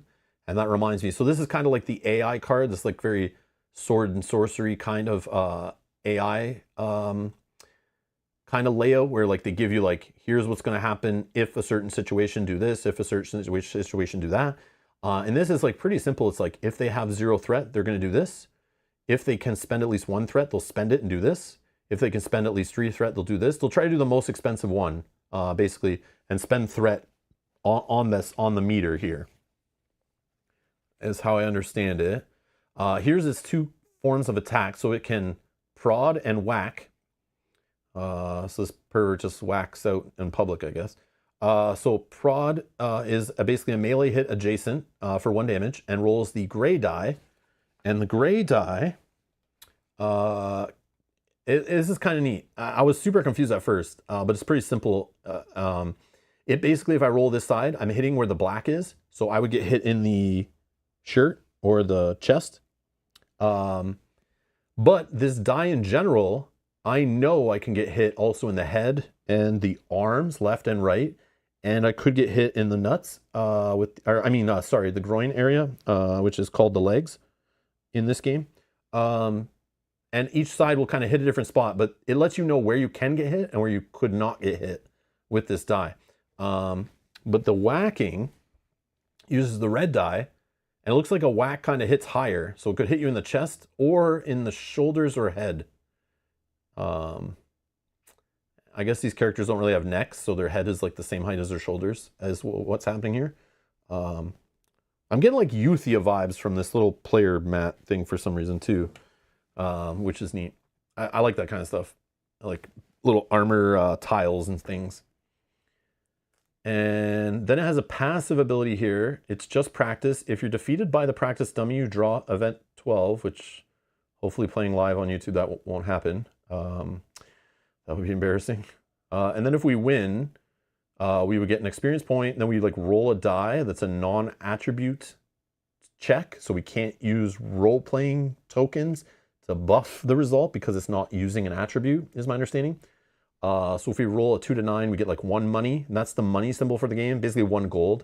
It's called like, it's a KAE, I guess just K, or 2K, and then if we roll, like NBA 2K, I guess. But if we roll a 20 or higher, we would get to draw from, this is the reason why I backed the game, honestly. It wasn't a triple layer cardboard, I honestly didn't know about that before. I really backed it because the game has loot chests, which don't really stay closed. So I've used some sticky tack to kind of keep them closed. But inside, they have loot, and you're supposed to just pull it at random, kind of like drawing out of a bag. But these are just random wood items, I guess. So this is kind of cool. Will we ever roll 20 and get that? Probably never, but at least it's the thought that counts. It's there. So that's kind of cool. So we'll keep that there. we look at everything on here? Oh, and this is initiative order is my understanding, the number in the bottom. So if we were fighting multiple practice dummies, there might be like initiative 1, 2, and 3 and whatever. There might be multiple of the same. Okay. And I'll go through the quick reference, make sure I didn't miss anything. Oh yeah, we need to get the... is it a miniature? Sorry guys, I don't know. Or is it a token? I think they're tokens, right? I don't know. There's these tokens. Oh, I'll read. I'm a little confused. I forget.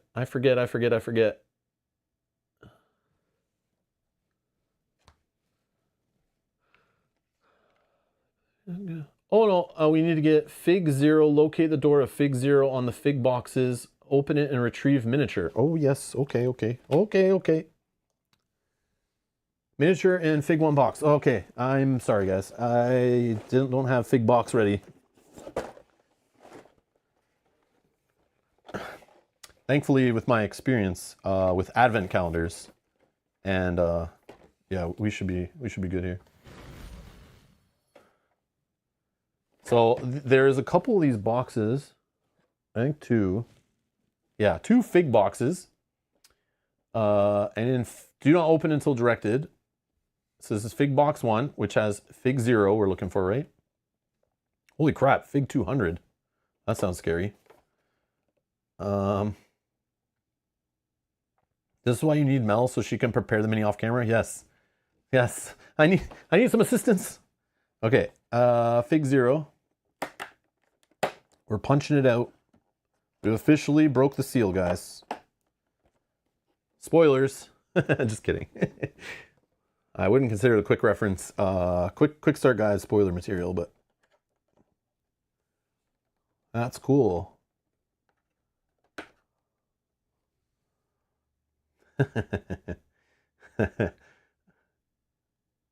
I mean, better than I can paint, that's for sure. Pre-painted, that's sick.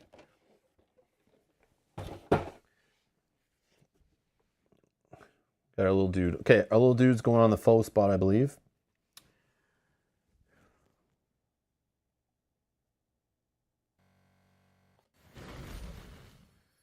Okay, on the hit grid, notice the blue outline. It's the second row, right column. This represents an armored point. Place the armored cube blue on it. I've done that. You're now ready to begin combat. It tells you when you encounter multiple foes, they have the little bases to clip on to tell the difference between them. Tells us about a normal size figure. Oh yeah, I should have remembered this. I did read about this before. Yeah, I knew there's different sizes. I remember that. I read that in the rulebook like this morning, I think. So now this is kind of nutty. It's gonna go, and I was kind of blown away by this until I found out they all have like misprints in them and stuff. Unlike the more free-form turn structure in adventure mode, combat mode is carefully tracks turns, movements, and actions. In combat, foes and exiles alternate turns with play proceeding clockwise around the table. Each player now takes the combat example for their chosen path. If playing with 2 or more players, get a copy of MEDCE. Literally grab another copy of the playmat, like the map board or whatever. And if we were playing 4-player, my understanding is they want you to literally, everyone right now, separate, put the map down, grab their little pamphlet, and go through the combat examples of their class, walking through it and reading. Quietly, obviously. Or you can do it in like turn order, where one person does their whole combat and everyone watches, and then the other person does their combat and everyone watches. This is kind of like, it's easier solo, it makes more sense, but multiplayer is kind of weird to do that way, but all the components are there, I guess, to do it. So if you want all 4 players to be doing this all at the same time, it's there. Little weird. Simultaneously, okay, once everyone's completed their combat, return here. Okay, we'll leave this open. Boom. Here's our PDF for, it's like 4 pages. Path of the Wandering. So this is our class. And it's funny, the example even uses the same character that I picked, but the stats are wrong. This combat example is intended to demonstrate your starting path skills and items, not to maximize strategy. And this will be good, because I need to understand kind of what's available to us here. So follow these steps below. Don't actually draw threat cards, roll dice, or adjust threat combo track, but actually do everything else, like place tokens, move your miniature, etc. So place our miniature, and it's telling us to specifically place our mini to the top left of X. We'll use these icons to represent miniatures on the map. For this example, we're playing as an elf with 3 HP, 2 mana, and 2 stamina, and Dex 1, Wisdom 1, Endurance 1. You play along as any character. So this is just an example. They're using the elf, but it doesn't, like, do whatever you're doing is fine, as they're literally going to walk us through. But I am playing as elf, which I thought was kind of funny, that I picked that before I even looked at this. Combat rounds begin with foes going first. So foe turn 1, we draw a threat card. So it tells us to draw boss, or even though it told us to shuffle the deck, we're really just pulling cards. But normally you would draw at random. Boss or 1 threat. So we draw this card, which we aren't playing against the boss. So we're going to do this part, which is literally just increasing the gray token here on the threat track. Easy peasy. Okay.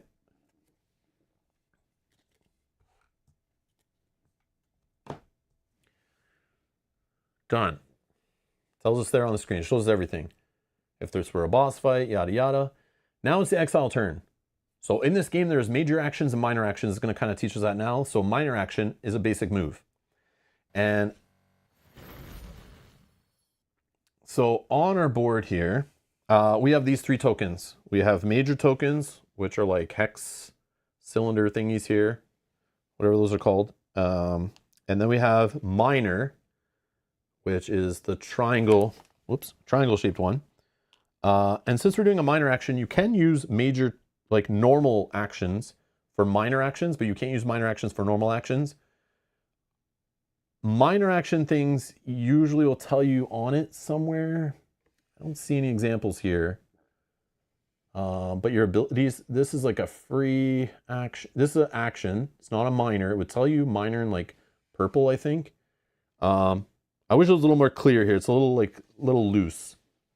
I wish there was some spots to put these tokens on here to kind of let you know like what you're doing. But I guess you can put like anything on there. So it's like, okay. So we're doing the move one. So we're taking the minor token. We put it on our feet. And you can do this as much as you have actions for, I guess. So we're going to put it on our feet, which is a minor action. And we can see here on our reference card, we're doing a basic move, which gains us 1 combo. So we're going to move this meter up 1. And we get 3 movement points. Movement is orthogonal in this game. Also, as a reaction to moving, you may pay 1 stamina to add +2 movement to that move. Okay, so that's what we're kind of doing here. And it says we're going to gain the combo move 3. And it says on your turn, you get what I just explained. It tells us here, basic move is a minor action. I just explained all that. So it's telling us where to move though. We'll just copy what it says. Movement and distance are always counted orthogonally. When you take a basic move, you have the option to spend. Yeah, we already talked about that. So we're just doing a normal, we're gonna go 1, 2. And the reason why it's using 2 movement points is because there is a double dash line right beside my character there, you see. So I have to spend 2 movement points because the border type is difficult. Normal move would only cost 1 movement point. Obscure costs 1 movement point.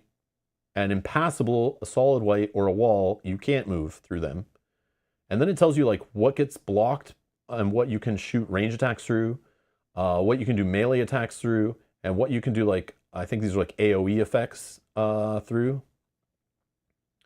And it's all there, which is kind of neat. So that's why we're spending 3 movement points to just move 2 spaces, because the stupid game put us behind difficult terrain for some reason. Even though we're playing solo, I don't know what they're doing to us, but whatever. They're just trying to teach us stuff, again, not be perfectly strategic. Then we're going to do a normal action, a basic attack.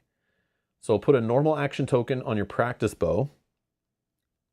Okay, I put that on my practice bow here. Okay, and then we're going to roll a d20. It tells us we just roll a 4.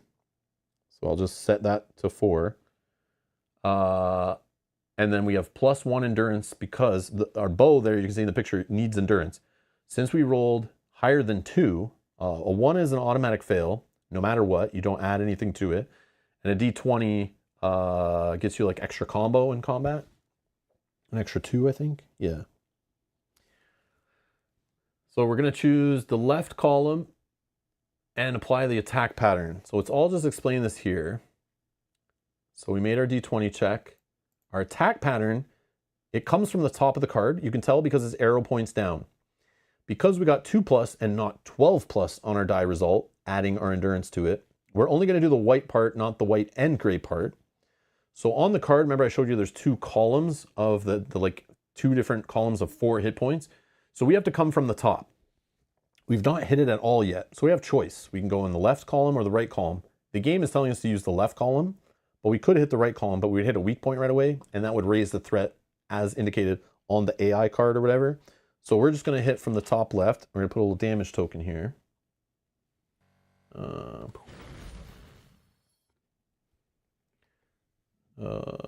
really see that. Let's try this.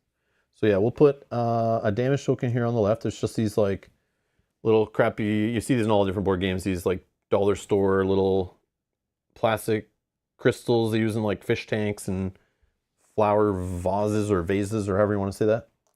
A little weird and awkward, but I don't know why they're all not cubes, but hey, whatever. It looks pretty in a container, I guess. And then it's directional damage. Since we only had 1 hit, we'd only hit the top spot. But if we did roll higher than 12, we'd actually hit both spots going down, right? And if, say, the second spot was already hit, we'd actually pass it and go over it to hit the next spot. And that would fire off the critical here between them, which would be kind of neat. Okay, let's...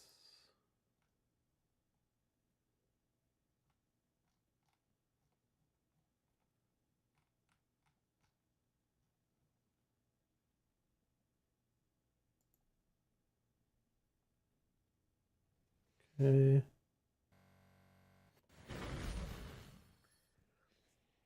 Fortunately, I can't watch because of spoilers, but I'm so excited for this game. Jost, today is spoiler free. We're just doing the quick start guide, learning the game together. So there's like no spoilers to it. Tomorrow and beyond will be full of spoilers, which I need to put a warning on that for sure. But totally understand, totally understand. Yeah, I hope you have fun with it too. Okay. So next we're doing a minor action basic move. Again, it's just trying to teach us here that we can use normal actions to also do minor actions, but not the other way around. So we're going to gain 1 combo for movement. Then we're going to move 3. And then it says, it takes 1 to move through normal borders. So I guess we're just moving south and then to the right, kind of hiding in the tree there.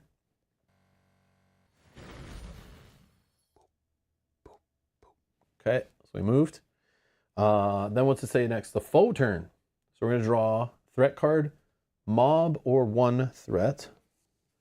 And again, normally I just draw at the top, but we're just kind of following the pre-scripted examples. So we draw this card. We do have a mob, so it's going to activate the mob, not increase threat. And again, we have 1 point here, so it's probably going to make us do the foe will pay that 1 threat, which you can't see. The foe will pay the 1 threat, and then it's going to do a whack, right? A move and a whack. So this here, my understanding, if I'm remembering correctly, this is like attack with the opponent with like the most health remaining. This is like attack the one that's furthest away, and this is attack the closest. So we're gonna do this second one here, and I'm the only enemy on the board, so I guess this symbol doesn't really matter right now. So like missed training opportunity, I guess. But even if we're playing multiplayer, yeah, we'd all be on separate maps. So like this is kind of weird, but anyways. So it's going to move up to 6 and then whack us, but it's going to tell us how the enemy will move. And it is telling us, I know there's a typo in here.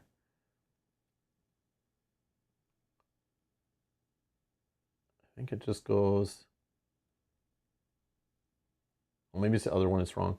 Okay, so it's just going to move to here going through some difficult stuff. And also it wants to be, because it's whacking me, it doesn't want to be adjacent to me. It needs to be 1 space away. So it's actually moving 1 space away right here, instead of like moving. It does have enough movement points to go right against me, but it doesn't need to, so it won't. At least that's how I understand it.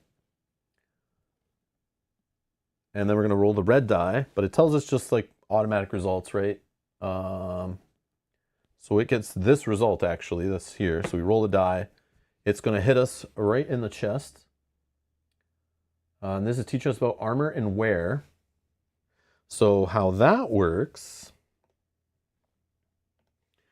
So the enemy's hitting us here. We have this practice shirt. Oh, I just took my shirt off. Sorry, everybody. I'll cover that up. It has 1 defense automatically, but it only can be used 1 time before we return to a town and repair it at like a blacksmith or whatever. So I kind of check this spot that I'm being hit. And if I have no wear tokens, or at least some wear left on it, I can block 1 damage. So I will do that. And that's what these orange tokens are for. So this is going to put 1 wear on here, but I totally block that 1 damage, is what's happening. And then it's back to my turn. So we refresh all of our action tokens. Okay, then it wants us to do the basic move. So we're gonna get 1 to our combo meter. And in this one, they want us to do the reaction by spending stamina to move extra. And it wants us to move all the way over by this wall here. So that is like 5 movement points or whatever. Yeah, 5 movement. So we're gonna spend a stamina to get extra movement points.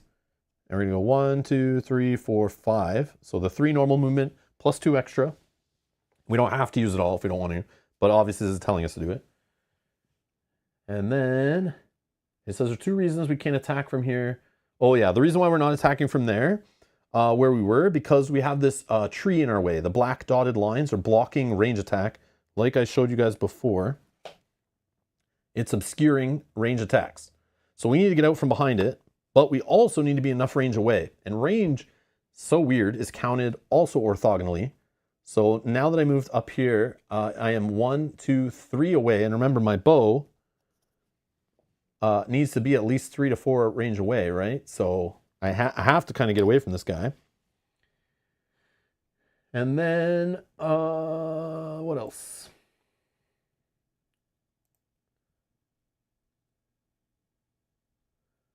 We're going to do a free action of skill. So we're going to place, so this action of mark here, I think, right? So this mark is a reaction, but it's also free. So I don't need to put an action token on here, but I should have a green cube on here already, I think. I think I'm supposed to put that there from setup. And basically it's like kind of like a one-time use during combat. It's telling me to place the marker on the foe's grid card. So I put that here on this grid to basically do the ability of this card mark. And if I'm confused about mark, remember we have our rules cards here. It's a skill. Use your knowledge of all creatures to understand under the sky, to bring down your quarry. Prerequisites, it's a starting skill. Gain this when you choose this path. It's free. Costs 1 cube. You put the cube on the hit grid of the foes as foe that you can see. So I have to have like line of sight, which is basically just counted by like center of your square to center of the other square, and then you don't pass through, I think, impassable or obscures or walls. I think are the only 2 things that block line of sight.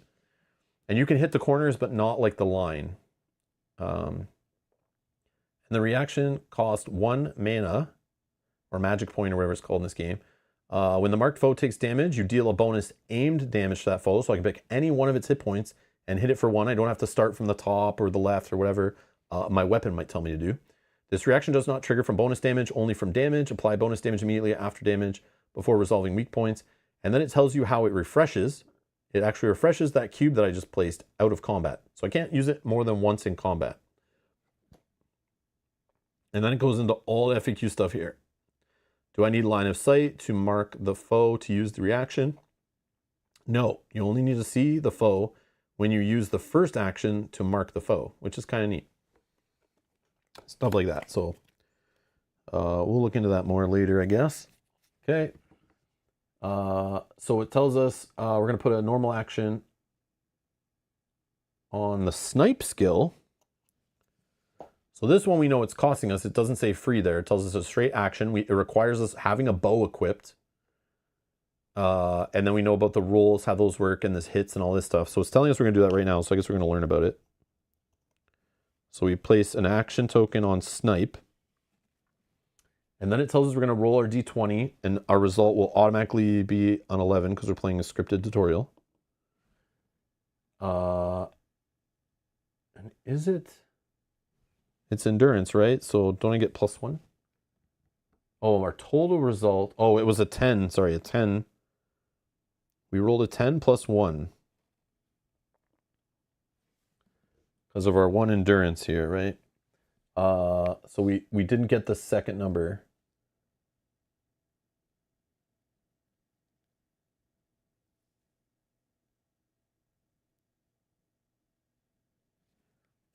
And because on snipe, we only got the white result because we got 2 or higher on the die result and not 12 or higher for the second part, we're only going to do a targeted piercing, like an aimed piercing attack. So we're going to pick obviously the part that has a shield on it to automatically bypass that and do a damage. If we rolled better, we would have been able to hit that and like a couple other diagonal spots or whatever. But then it also says as reaction to using snipe, which is kind of like requiring the bow, I guess we can pay an MP because this guy's marked and we did damage to him. So we spend 1 MP and now we can use the reaction on mark to deal aimed damage, which it tells us to just do in the bottom right corner of the enemy. Okay. Then we do our last normal action as a basic attack. So we put our normal action token on the bow like before. And we're going to use the quiver reaction. So quiver, we can use out of our backpack basically over here, out of our inventory. With a quiver on your back, the right arrow is always within reach. Only exiles playing Path of Wandering may use this item. You may equip this item in either hand or use it directly from your inventory, which is not normal. Normally you have to swap stuff around using an action to put stuff in your backpack and take it out and equip it and things. So it's a reaction. It costs 1 Q. When making a basic attack with your bow, you can increase the maximum range and use the attack pattern shown instead of the normal attack pattern. Your minimum range is unchanged and it gets refreshed automatically out of combat. Okay, again, there's FAQ on the back. Oh, there's fire arrows. Oh, buddy. Spoilers. Okay. So we're going to do a basic attack, but we're going to spend this cube to do the reaction, which is called Broadhead, I guess, to give us +1 range. And now this is the attack pattern we're using, which basically lets us at least, assuming we roll higher than a 1, we'll at least get to hit any spot we want, and then it goes up 1. So it's like a different direction, which is cool. Okay, so I don't know. I spend this cube. I don't know where it goes. I guess I just put it back here.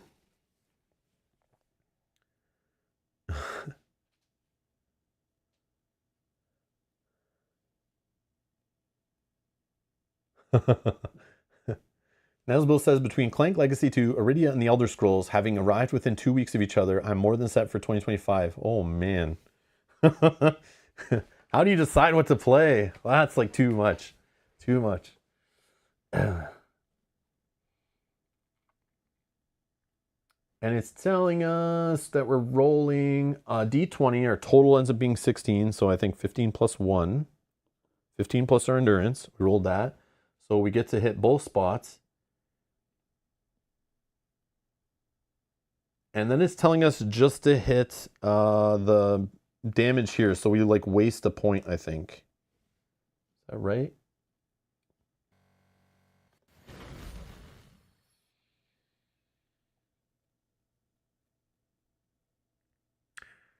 Okay, so we take the cube off. Then you spend this marker, which increases the maximum range. Use a broadhead attack pattern.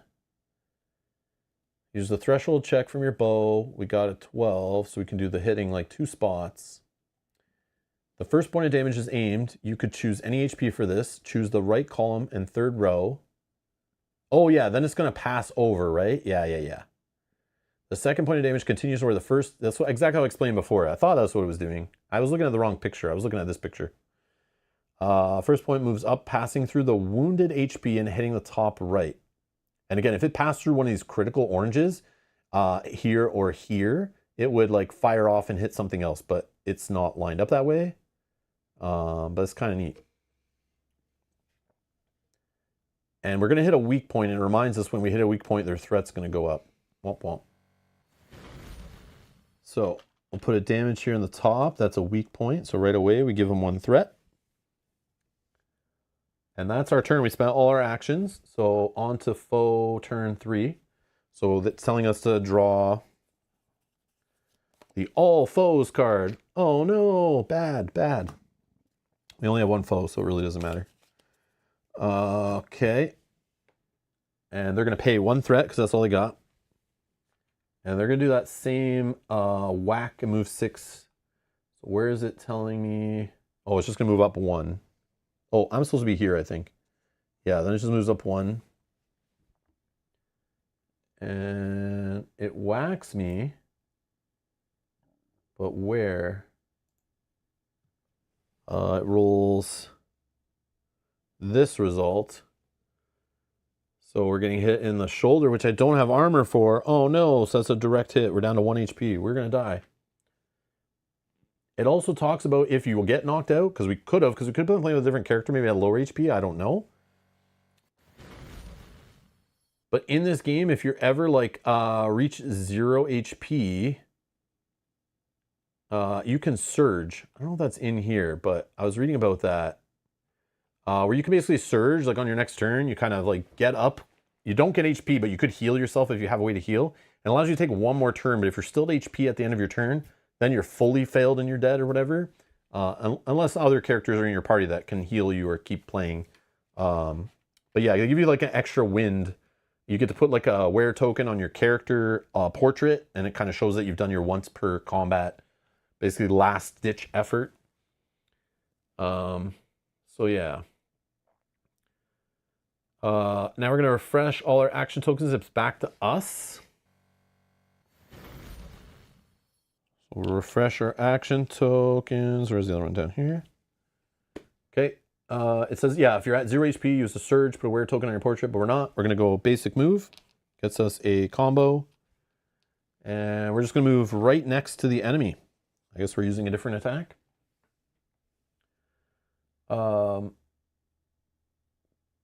Oh yeah, we're going to do the hunting knife now. All right, we're going to try our other weapon, which we should look at closely here. Oh yeah, there's stuff on the back too. I forgot the cost of it if you're going to sell it, what it is. I guess the path it goes with, what the item name is for reference, little story.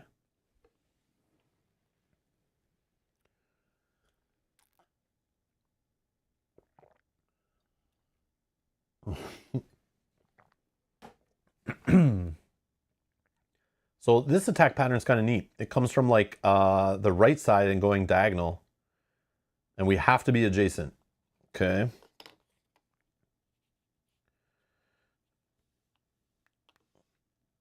And what do we roll?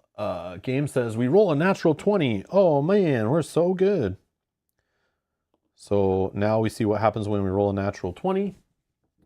We gain 2 combo.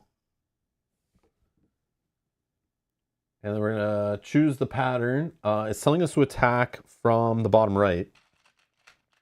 But there's only like going to hit it in 1 spot. But it does pass through a critical. So it will follow the orange arrow and hit the bottom left also. Which is neat. And the second point of damage would like kind of continue off the card it's saying. So you just kind of ignore it. And then it tells us to use our mark, which again, the guy's marked because he has our cube on him.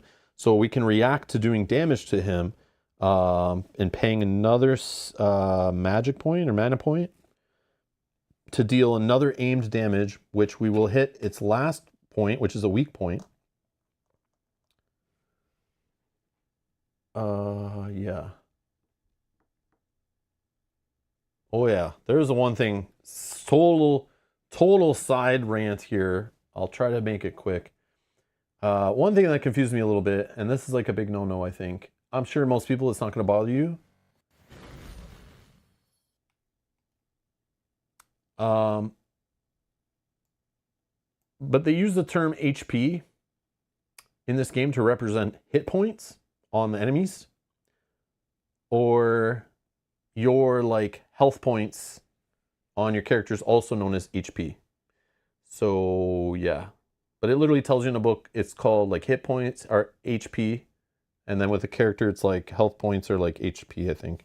I don't know, it's very weird. I think they're all hit points, but you know, it's just weird to use it that term, but it's like they work totally different. I don't know, it's strange. That's just me. That's weird. I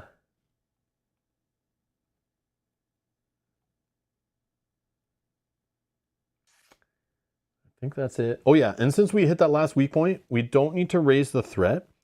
When you kind of defeat a character or an enemy, and it's the last hit involves a weak point, if the foe dies, even if there's more foes and you still have to keep fighting, they don't get the threat bonus or whatever bonus it is from you hitting their weak point. So it's kind of cool. It's like some games will have enemies like counterattack back even when they're like on the last hit and they're dead.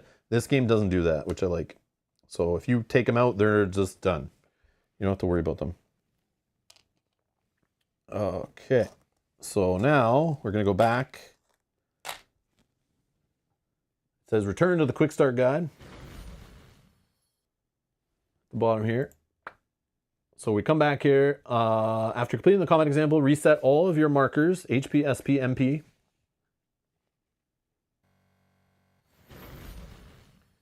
So we'll reset our HP, MP, and SP.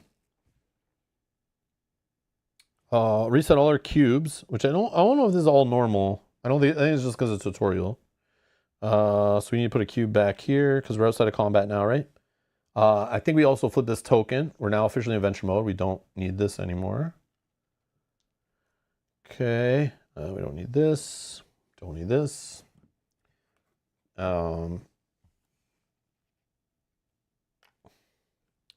We need a cube on our quiver. These will go back. Get rid of the wear. Normally we wouldn't get rid of these. Normally these would only get repaired, I think, at villages or whatever, according to the rule book.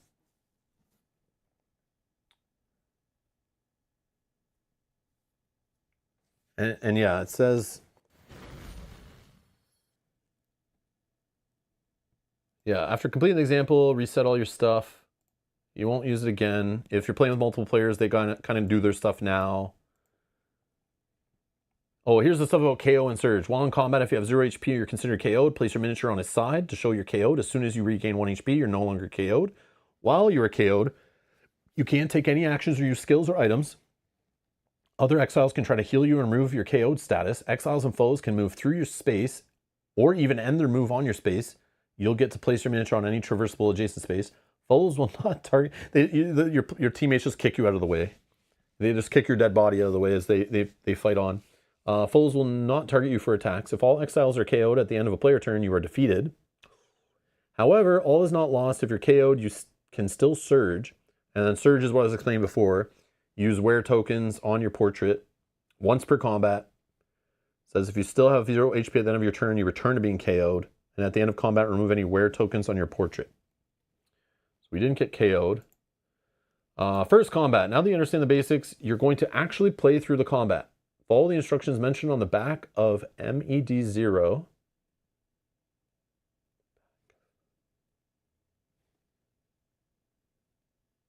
Oh, okay, cool. Okay. So each player would have separated and each done their own little booklet, but then now they come together and you put all... Now it makes sense. It makes sense why they have these symbols on here now. I was like, why is this here and they're not teaching us about it? Okay, I get it. I don't know if I'm going to play through this right now, though. It seems kind of weird. I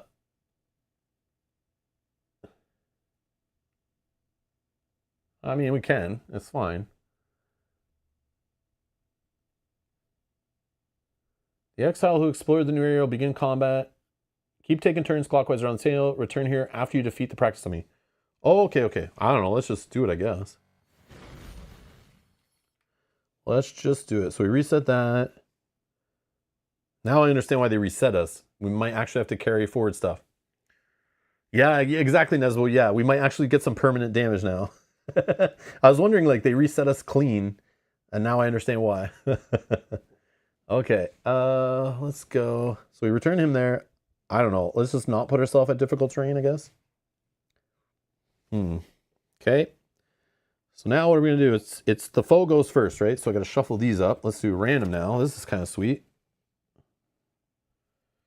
Okay. Yeah, okay, we got this. Oh yeah, so we need all this stuff back. I thought I was out of the woods.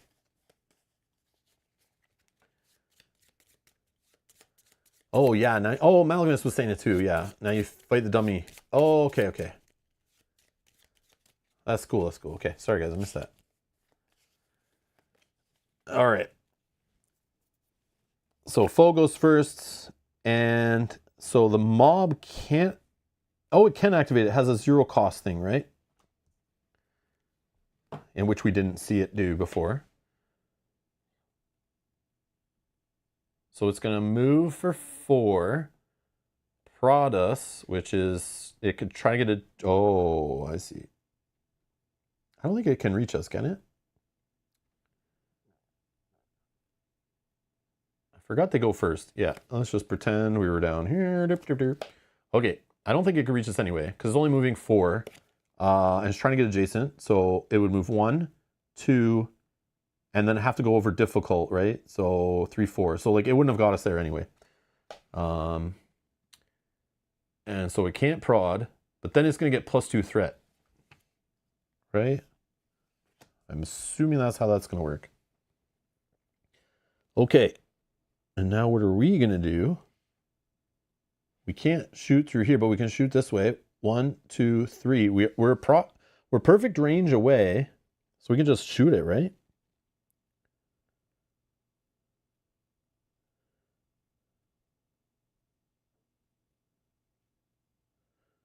Oh yeah, I probably should show you guys this skill that I have. We didn't get to use this because again, it kind of doesn't, it's just showing you your class, not your character.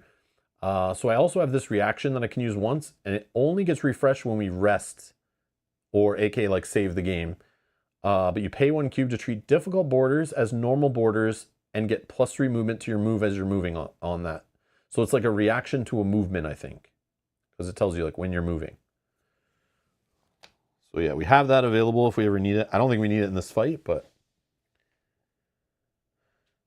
yeah, and it still moves if it can't reach us, right? Just tries to get as close as it can, shortest path kind of stuff, right? Shoot and run. Yeah, we're gonna kite the crap out of this thing. Hopefully. It does have 6 movement at one point though, so I don't know how much I can kite it for sure. Okay, so let's just I guess we can shoot it, right? So I'm just like, do I start doing this like mark thing already? Probably, right? We're only fighting 1 enemy, right? So I'll mark it. That's free.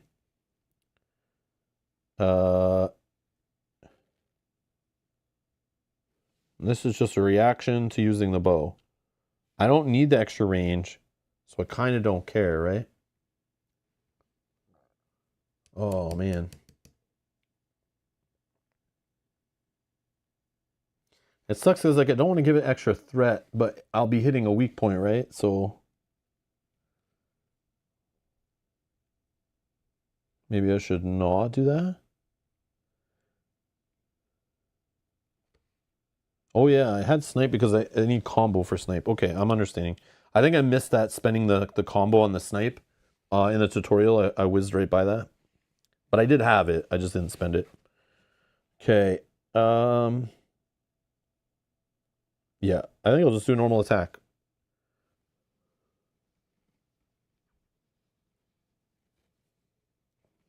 We're 1, 2, 3. Yeah.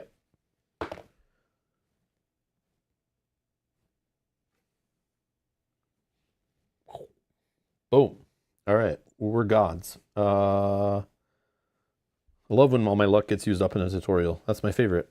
Okay, so we get 2 combo, right? That's all that happens, I think. Oh, there's something that happens if you get a natural 20 in adventure mode. That's what I want to do. where you gain travel cards or threat cards and add them to the deck, which are probably good. That's cool. That's cool. Hopefully we see that one day. All right. I wish this gave us extra damage though, but I guess that will eventually lead to being able to do this quicker. Okay, so we're just gonna hit from the top, right? I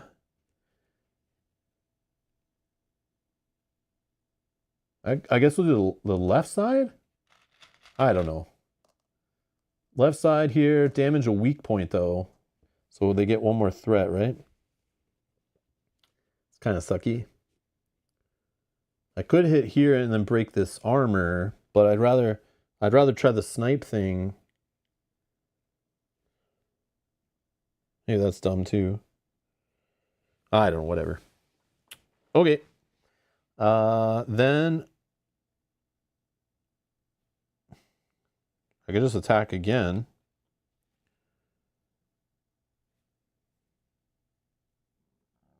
Yeah, I'll just attack again with the bow. 15. So we're at 16. So we can do a top-down attack just like that. And I think how it works, I choose the left column, right? And then the first one's already taken, so I keep going. The next one's already taken, I keep going. Then I cross a critical, and this is where the first damage hits. But because I cross the critical, I get to do a damage up here and break off the armor, I think. And then the next damage goes to this bottom one, right? So now our left side's all +2 combo, and you get 2 hits on the dummy. Yeah, okay, perfect. Hey, Dominic. Remove and then snipe. All right. So now we have a minor action left. So we could use it to like swap stuff, I think. I don't have any other minor things I know of. So we'll just move, right? And we can move up to 3 and spend stamina if we want to move up to 5. Trying to think. Do I like just run back in this corner? Is that like what we're trying to do here? If I go 1, 2, 3, hide in the corner, he can go 1, 2, 3, 4. He'll still get me, I think. I don't think there's a way I can hide from him. I can't leave the tile because there's a foe on it, right? I think that's how that works. I would like to run and hide in the red tent, please. But yeah. Oh yeah, and I can use mark, right? Because I have him marked. Thank you, Janet. Yeah, so I can spend 1 MP, right? And we can hit any spot. But if we're going to be attacking with a knife, I guess that doesn't matter. And if we keep attacking with the bow, it'll go down. That doesn't matter. I just don't want to snipe like a weak point, right? That would be kind of silly.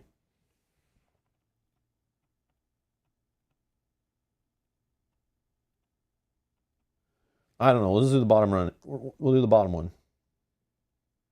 I don't think he ever gets armor back or anything, so. Yeah, there's no more criticals really that we can cross that matter. Unless I left this one, but I don't think I attack in that direction. Yeah, that's fine. Oh, you can move on to it? No way. What's Jan saying? Don't forget you use mark. Yeah, okay. Oh, Jess is saying you can do the minor action, but not move. Yeah, I think it's up to your movement of 3 points.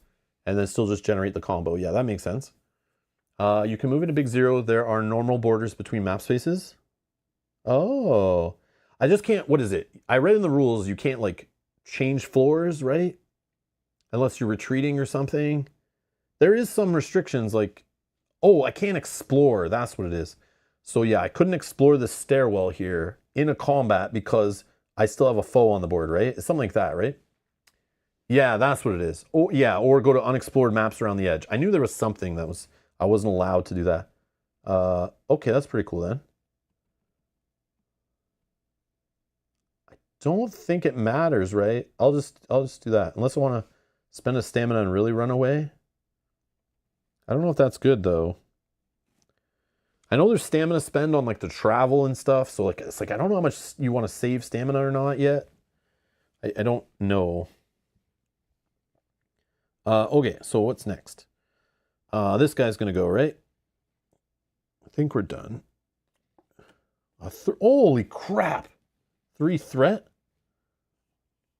They're almost at I'm gonna die mode. Super awesome limit break mode. So I basically moved away for no reason. Awesome. Then I guess we reset. Then I move. I get some combo. I just need to move to like be like 4 away, right?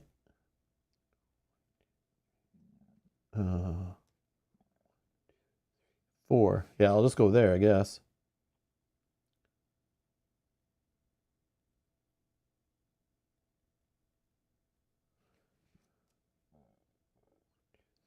Yeah.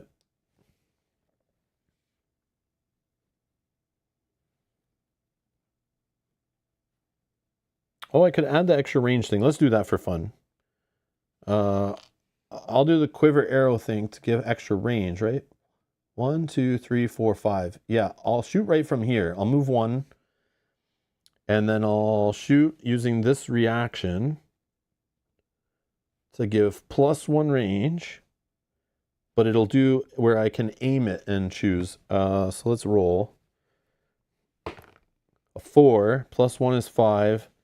So that just gets me 1 aimed hit, right? And I'll just put that right here. I could snipe again, right? But I don't want to. And then I'll just do a regular hit. Oh yeah, but then I don't have the extra range, right? Oh, okay. Yeah, I see. I needed to move first because I forgot. I can attack twice, but only one of them gets this reaction, right? So I probably should have saved that for the second one. But anyways, I'll just say I only use 1 movement point, so I'll just say I moved at the beginning. Yeah, this extra range thing's kind of like messing me up. Because it doesn't really help if I want to attack twice, I don't think. Because I think you can only react once. Yeah. 12. All right. +1 is 13. That's what I needed. So we get to hit 2 from the top. So that will get weak point, which doesn't matter because we are crushing this dude. Boom, he's dead. Ugh. All right, we broke the training dummy. Yeah, we're good. We just rolled so awesome.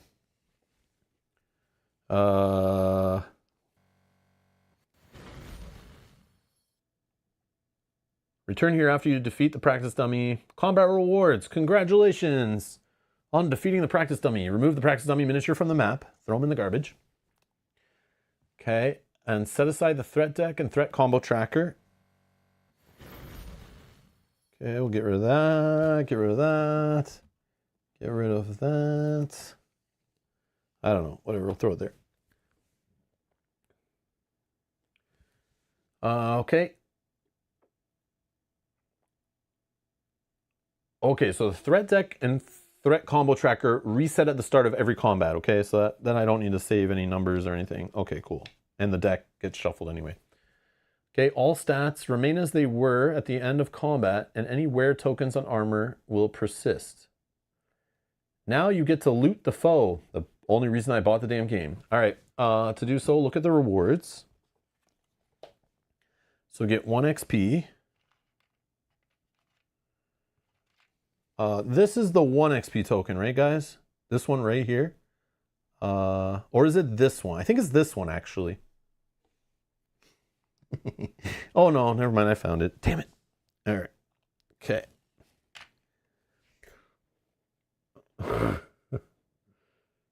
Janet, I was thinking about spending the MP for every time I do damage, but then it's like, I don't know what else MP's used for, and like when it refreshes, I feel like it's only when I rest or something, right? Yeah. And a good thing because they don't reset right now, so that's good. And then 1 exile in the party rolls a non-attribute check. And we got a 13. So 13 is, gets us 2 money, right? And the money is like little metal tokens, which is like, oh yeah, definitely this designer played Scythe with the realistic tokens. These feel 100% like Scythe, kind of like metal tokens if you ever use those, the realistic ones. Nice and chonky, heavy, premium. I like it. I like how it's not just coins, you know, it's kind of neat. They're like little bricks of gold. And unfortunately, we didn't roll our natural 20 there. And that's that. And then the refreshes, I think we refreshed this cube because it's outside of combat. This cube, oh guys, we have to redo the whole combat. I forgot to flip this to be in combat mode. It was still on adventure, so we have to redo that whole thing. I'm just kidding. But now it's on adventure. These go here. And I think that's it. Yeah, okay.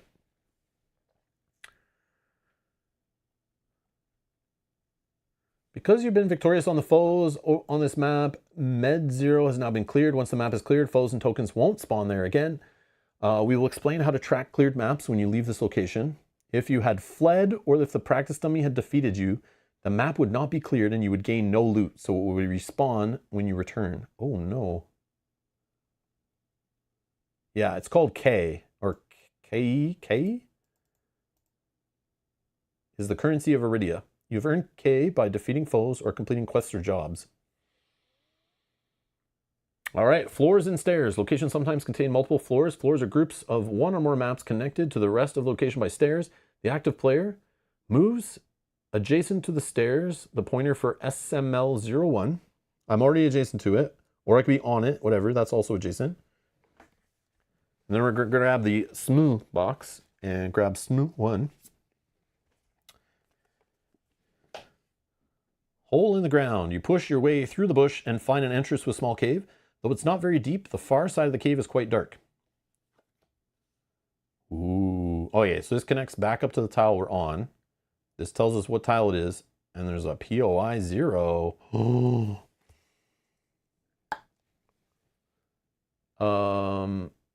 Okay, so we placed our play unconnected to the rest. Okay, that makes sense. When you move to a different floor of the location, all exiles must move floors together. All exiles now place themselves as close as possible to the stairs on SML01. Points of interest. There's a point of interest here. The active player, as well as any other players who choose to, move adjacent. For this example, move all exiles adjacent to POI 0. Then the active player interacts with it. Okay, I moved adjacent to it. POI 0. That's a card, I guess. Whoa, it's upside down. Small cave. You find yourself in a small cave. You can still make out sounds coming from outside. It doesn't seem like anyone has been back here for a while, but there's some sort of tracks here in the dirt. We can, I guess, hear sounds or tracks. What do we care to follow? If we set any other topic, you find yourself distracted looking around the dark cave. I guess sounds, whatever. You hear the dull thuds and clangs of other exiles practicing just outside the field. Though the sounds are muffled by a thick bush, and if we pick tracks, you see a pair of tracks leading deeper into the cave. Though it's quite dark in here, you think you could search for where the tracks end. So then we can continue on to searching. You look around. Now we're doing an intelligence of 5 check. So if we get 5 or higher on an intelligence roll, we would succeed. If we fail, we can spend a stamina and roll again. Oh, this is how we gain a key. Okay, cool. I guess I should probably keep that nearby. All right, our intelligence is 0. Make your jokes now. We rolled a 19. Whoa, we're crushing it. So a 19, you search and find something of note. So we get another role-playing point or whatever, another token. So we could have used one on this. If we rolled like a 2, I could have spent one of the tokens that we had to get a +3 to it because it's using an attribute. I think it doesn't matter if I have the attribute or not. And one time only gain key 0.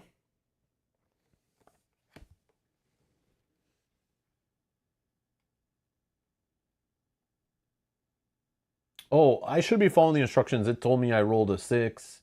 I should spend an RP, but I'm not because I'm going to do it that way, I guess. But after successfully searching, several things happen. So I get the role-playing point. Yeah, it's just trying to tell me about the spending the points. So yeah, I guess we should have one less. That's fine. That's fine. That's fine. It happened. It happened. We'll pretend we did it. Natural numbers explains the natural numbers, the fail and the success. And then we get key 0. So keys are shared among the party unless indicated otherwise on the card. Keys represent special key items for information the party has gathered and are often used to complete quests. Most key cards have a trigger text, which is specific instance of a text that you look for on another component. When you interact with the component that has a specific text, the key card will tell you what to do.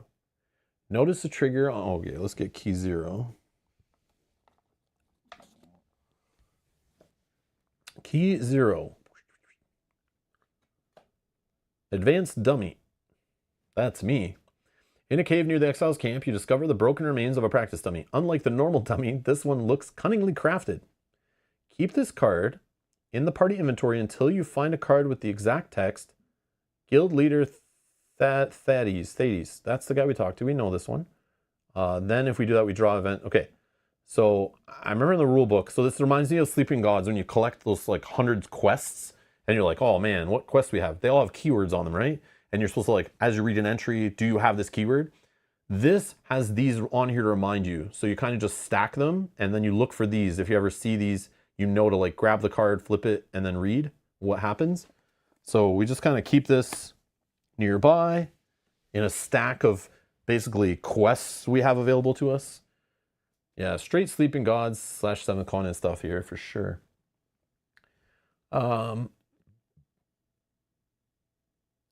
Okay, you've already met this dude, so you should know exactly where to go to trigger this event.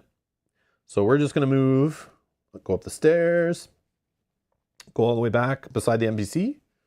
And then it says, we see that text now because the text is right here on this guy's card. Oh, that's the text I'm looking for. So now we draw event 0. Oh yeah, we did a different event that had more zeros on it. That's funny. Missing dummy. You explained to Thades that you found his missing dummy in a small cave near the practice field. Ah, so that's what happened to it, eh? Must have gotten something wrong to wander off like that. Well, now, says Thades, I don't want to show any favoritism, but I had a little practicing gear left over, so why don't you take it? So we're going to get rid of the key, goes to the back of the box in the banished area. Then take all 8 straw pathless items and divide them among exiles as you see fit.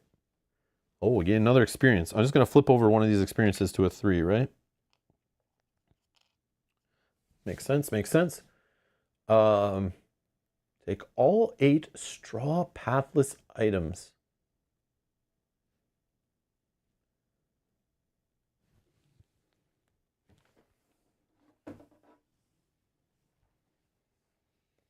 I think it's these, right?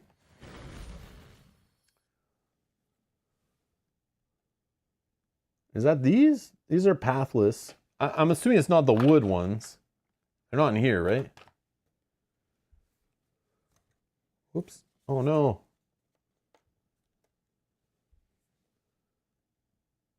Oh, I see. Straw.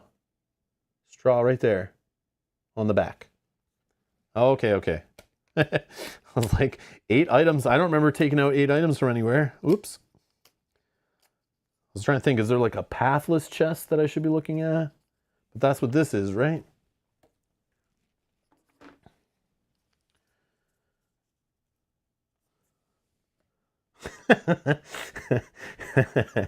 Damp glove. Man, this guy gave me his garbage.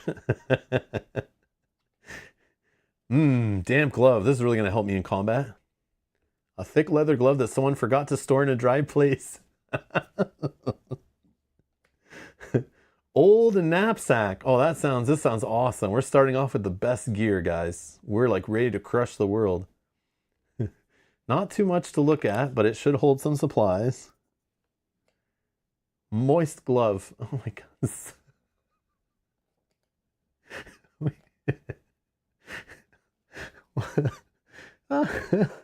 We have moist glove and damp glove. All right. This is funny. I get the jokes. It's all good. I like it. Oh my god. And then we got rotting cuff to be paired with greasy cuff. So Malgman says best part of true solo, you get them all. Oh, nice. Are they keywords? I think they're just trying to be funny, right? I don't know if those matter what they're called. Not that I've read. I don't think keywords matter on anything.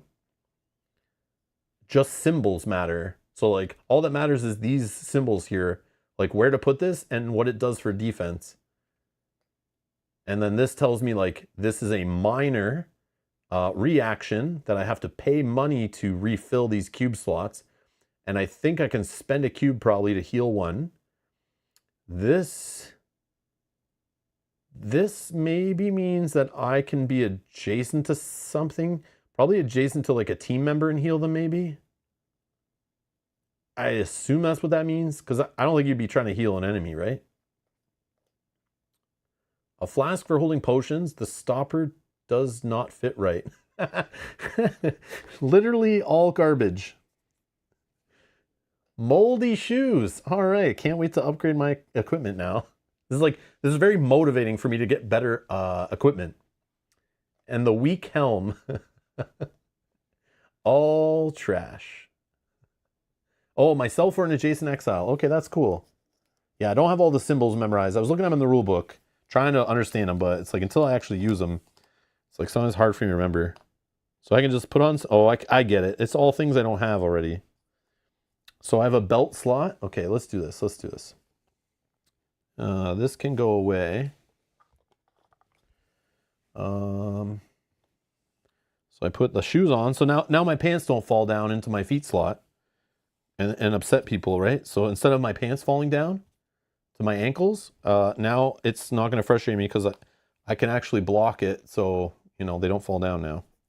That's annoying, like when the things are sliding around, but I'm assuming the potion goes in a belt slot. We have 2 belt slots. I didn't have any belt items before. We get a weak helm. The damp glove goes on the right hand. The greasy cuff goes specifically on the left arm, not the... Wait. Oh, left. Oh, I get it. It's facing me, so left is on my right. I get it. That's clever. Yeah. The left arm for the greasy cuff. Rotting cuff goes on the right arm. Moist glove goes on right hand. An old knapsack, I guess, goes in. You know what? There's probably reference cards for this stuff, right? I have questions. Potion?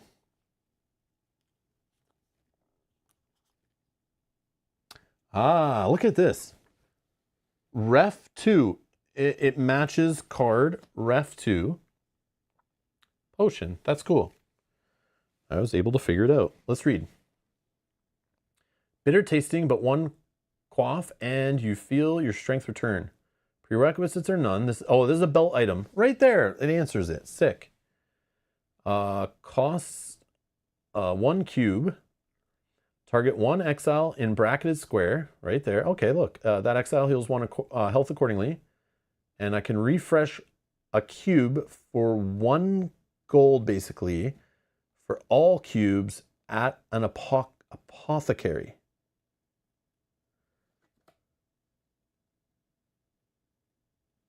How many health does the target exile heal? Whatever is shown on the potion item. I guess this is for like any potion, maybe. And they're all different ones. Question, can I pay 2 markers in 1 action? No. The action costs exactly 1 cube. You may take this action multiple times in a turn if you can pay the costs. Where can I find an apothecary Will they really refill all the party's potion items at once? Most towns have apothecaries, and yes, they fully refill every potion item for one price. That sounds like a great deal. Question, can I use a potion in or out of combat? Yes.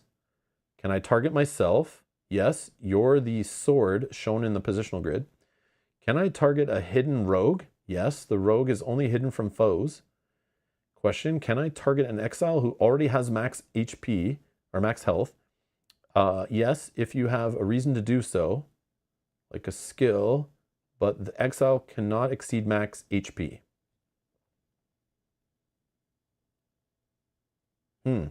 Okay. So I'll just take that reference card, add it to my pile. Oh, knapsack I have. It's also a belt item. Oh, it just gives out stamina. Oh, okay, so it's like health, but the stamina version. Okay. Okay, I'm assuming I put cubes on them. I remember when you like gain items for the first time, I think you get cubes right away. But I could be wrong. I know you don't get cubes on them if you pull them out of your stash. I think. But I think when you earn a new item, you get the cubes. I think is what the rulebook said. But you can yell. I'm sure the quick start guy will tell me too. Armor. I don't have an axe. I don't have a mace. I don't have a scythe. I don't have a whip. Okay, cool. I'll put the rest of those back in the reference. Knapsack equals sandwich bag.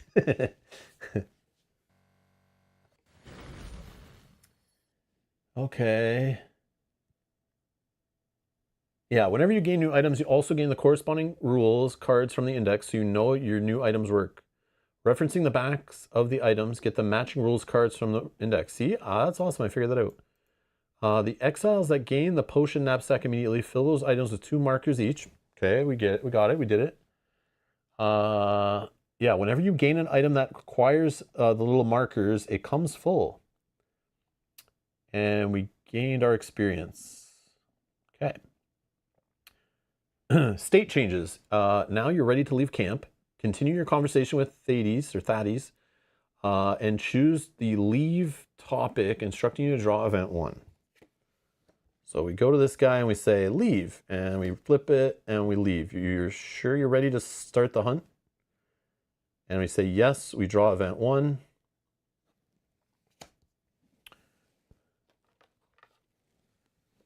Event 1. Morning address.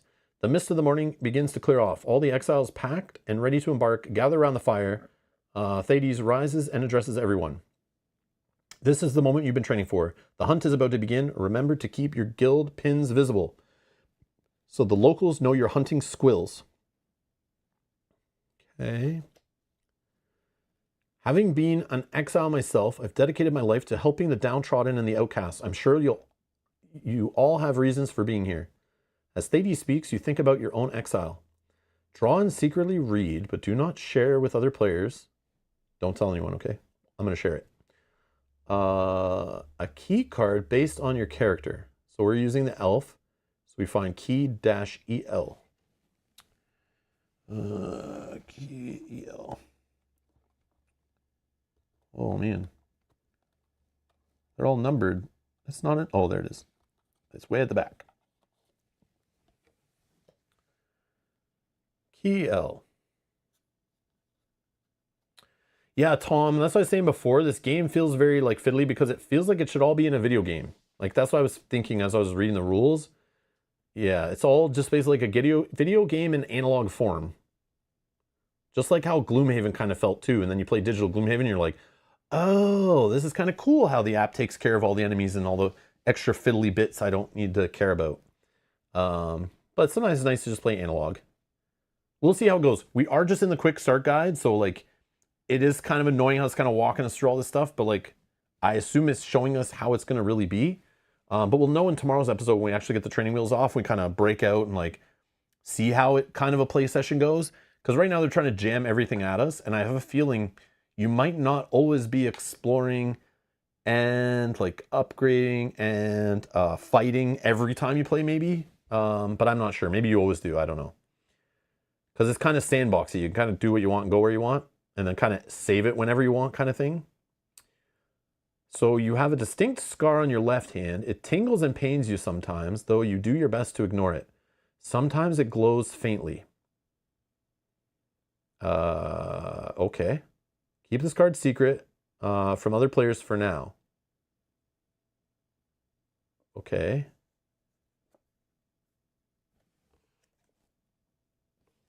I don't know, whatever. Go forth and remember your training. Thades finishes. So NPC is going to become from A to B. Then we banish this card. So yeah, we're going to banish this event. And yeah, sorry if I'm playing slow and making it look also more tedious. I'm like literally going, like I wish I didn't do this on stream, to be honest. But then I know people would maybe have more questions, and then I also want to make sure I understand it fully. And then I appreciate the help from you guys too. Okay. So we're going to change this guy. So NPC 0A is going to switch, I'm assuming, with an inactive NPC 0B. So NPC 0B, maybe it'll tell me actually where to put. I don't know. I'll just throw him in the inactive where I found the other one. So yeah, swapped. And now this one is going to be, so now we have the B version. So I'll just leave this here. I don't think we read it right now. So it's just teaching us about how states can change. So we received our key. We searched the inactive deck for B, which becomes the active version of 0. And then A is placed in the inactive. Okay, I did it right. And then we banish event 1, which I already did.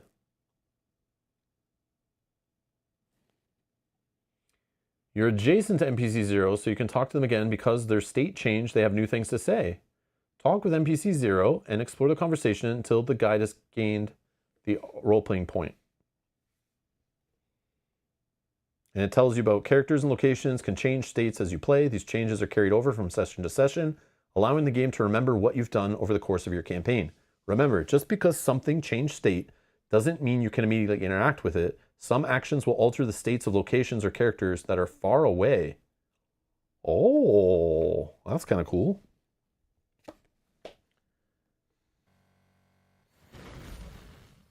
Okay, your mentor is here giving last advice and wishing exiles well as they depart.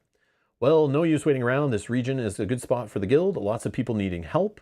I just heard of some pest causing trouble nearby. Let me guess. Is it rats in the basement? And there's a village not too far from here where you can pick up some jobs. Literally, I'm playing a board game to work. What the hell did I get myself into? All right, so we can ask about region. Yeah, we're just going to flip it and read. All right. Region. The contents of Arydia is as diverse as the people who call it home. This thaw, the guild is operating here in the basin. And it says the basin are the grasslands here are surrounded by mountains on all sides, thus the name. It was once part of a mighty kingdom that now lies in ruins. So we get a role-playing token point thingy. We can hold up to 3 playing solo. Pests. The pests were reported near Ragul Junction. To get here, just follow the path west and then head north once you hit the main road.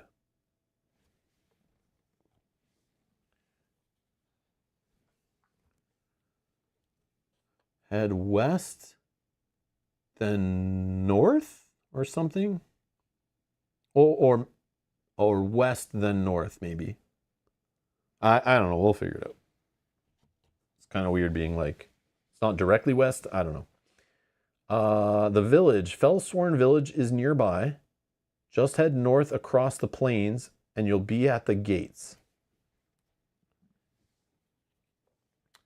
So up here, I guess, north across the plains. I don't know. Sure. We'll do that if we get to explore. I'm sure the game will. We're still in the quick start guide, so I'm sure it's going to tell me where to go.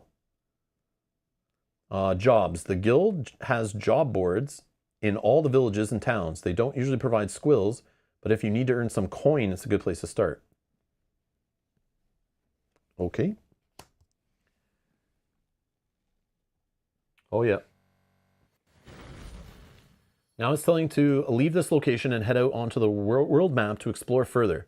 Players move to hex E2 on pointer big 0. So we go back to the little entrance point we have at the bottom of the map. That will teleport us. I think we put our thing on the adventure, our mini on the adventure tile, while we're using our party marker on the main map. And then what else does it tell us to do? From here, take the leave action. All players place their miniatures on the mode token, adventure side up. Okay, our location is represented by the party token still on hex E2. Put all the area maps and associated cards from the areas back in their respective active decks, maintaining their ascending order. Okay, so for explored cleared maps and cards, return them to the index face up. So since we already explored Big 0, Big 0 goes back in where it was, but it's going to be face up now to know we've cleared it, so we don't spawn that event again, I guess. Okay. And this one, we put back face up in the medium, so we don't spawn the foe again. So we can go there again. It just, yeah, it'd be different. Okay. Oh, and this small one.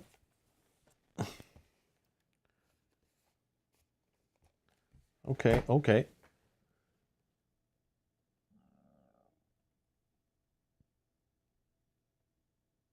POI 01 and NPC 01 are returned to their active decks as cleared to show that you've earned the RP and can't earn it again. Oh, okay, okay. So cleared. So NPC 0.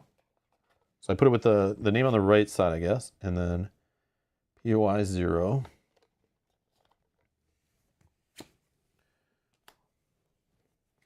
I'm assuming this foe goes back. I forgot to put that away.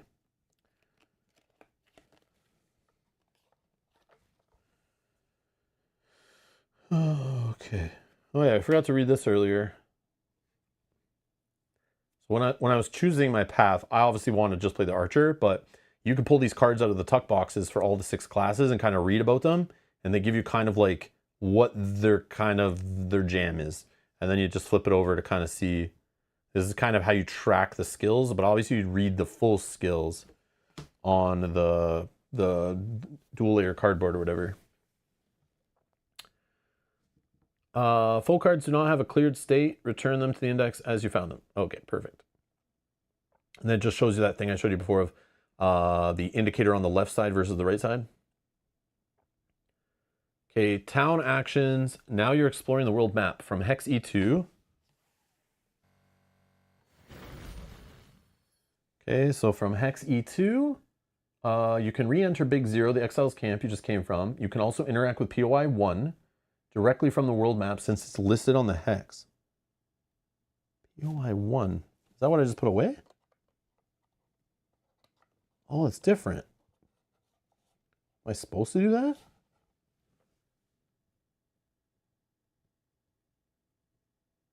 Oh yeah, okay.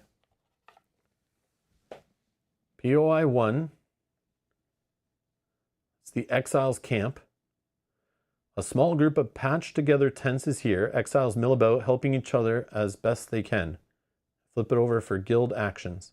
Ah, okay, okay. So we have a campsite here that you can rest.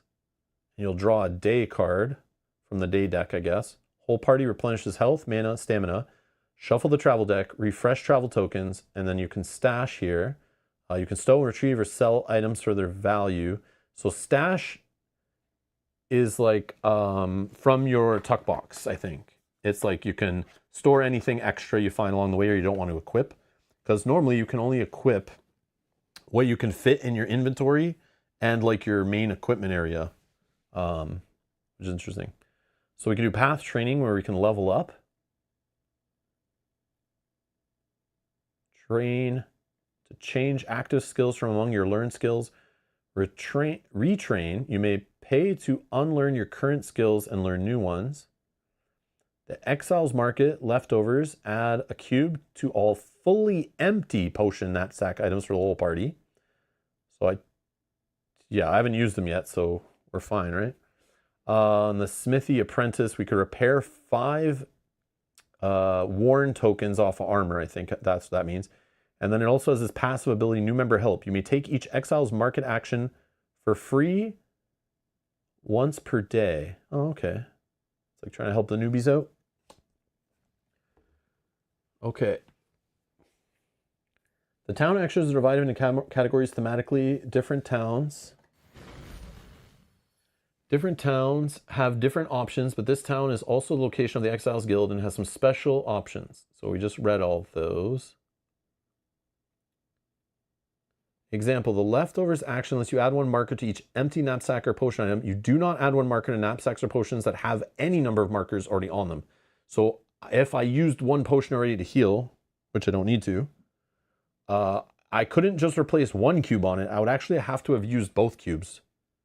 So I guess it sucks because it's like a starter place. I'm sure later there's ones that let you just fill even half full ones. But yeah, it's kind of weird. If you have any wear tokens, we don't have any, so we're not going to remove any. Oh, now we get to level up. Sick. Now you take the level up town action. Look at your character card. Note that the XP cost for level 1 is exactly 3. Wow, it's like it was meant to be. So we're going to spend 3 XP. 3 XP off our board. Gone. Flip this over. It shows XP cost of 3. And I said we're going to do it the way we talked about earlier. So I have a sleeve on the card. We're just using this permanent marker. Didn't really work trying to do it like that. Okay, so I'm marking this off. I'm leveling up to level 1, paying 3. Then we can check 1 stat here. I think it's letting us just do whatever we want, but I'm not sure the best one to do right now. It says mark the level 1 box on your character card. We did. Okay.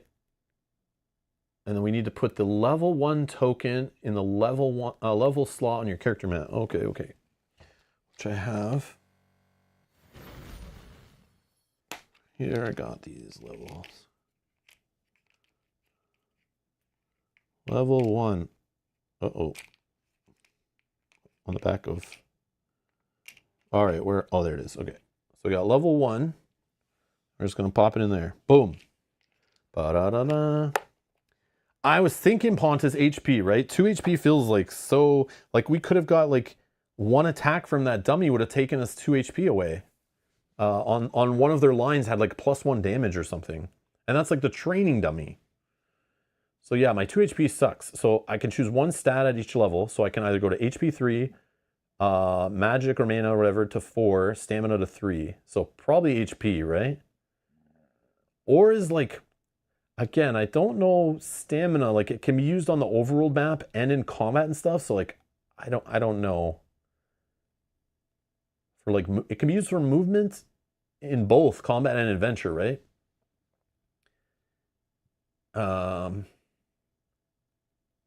Oh, for solo, yeah, since I'm always the target, right? Yeah, okay, I'll do the HP, that makes sense. Yeah, I appreciate the suggestions for sure. Okay, and then I can choose... Oh, and then I get to refill all my stuff. So I go up to 3 HP, I get to heal it right away, I get my mana. Yeah, when you level up, everything is refreshed, that's sick. And then I can go up 1 in one of these. Now this is kind of neat. So because I'm on level 1, if you notice here, if I select strength, I don't just get 1 in strength. I actually go right to level 2 of strength, which is kind of neat. So instead of going like, if I took dex, I just go from 1 to 2. That's only like a 1 bump, right? But if I go to strength, I would actually move 2 spots. So like you could hold off and wait. Like I could wait till like level 3 and then gain a stamina, and I would go from 2 to 4. I don't know the best way to do it. This feels very Zelda 2 on the NES, kind of. I feel Maybe it doesn't work exactly this way. No, I don't think it does. But it kind of reminds me of that. Every time you level up in Zelda 2, I remember you get to pick which category you want to take. But then it would kind of block you. Like, I don't think you were allowed to keep going all the way in just one. It would make you then go back to others. Yeah, it's very weird, but like, I don't know. It's good, but I'm not sure. It's interesting. At first, I like had to read it twice in the rules. I was like, really? Strange, right? So Jan's saying, look at my weapons. So on my weapons, we know that Mark on my skill uses mana. What else we got? Oh, no, that gives us stamina. That gives us health. And oh, dexterity. I see what you're saying. You're saying the attributes, right? So endurance is my thing. Snipe uses endurance. The bow uses endurance. Oh, but the knife uses dexterity. Oh.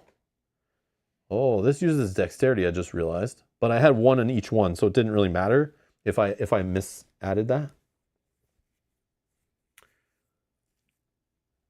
So, any suggestions? Like, I could just increase my endurance, because that will help me with my bow and my snipe skill. Or, or am I worried I'm going to run into some cave and a rock falls on me and I roll a strength test and I fail it? I don't know. I don't know how the skill checks are going to work when we're like going through the story, but I assume that's something you have to care about. I'm leaning just to do endurance, I think, right? Because I want to make sure my bow does more damage. I don't know if I'll be using my knife as much as my bow.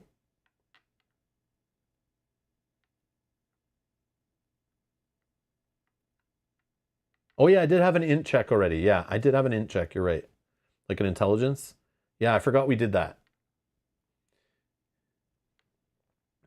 And I know when you loot, none of these, when you're rolling for loot, none of these matters. So obviously I don't care about any of them then, really. If one of these helped me get better loot, I would pick that one. But yeah, endurance, Dominic, because it helps me right now, right? And that's the thing, we could get a different item, right, that changes that? I don't know. Yeah, we'll just go endurance. I don't know if it's the fun option or the safe option. But we'll just go endurance. Okay.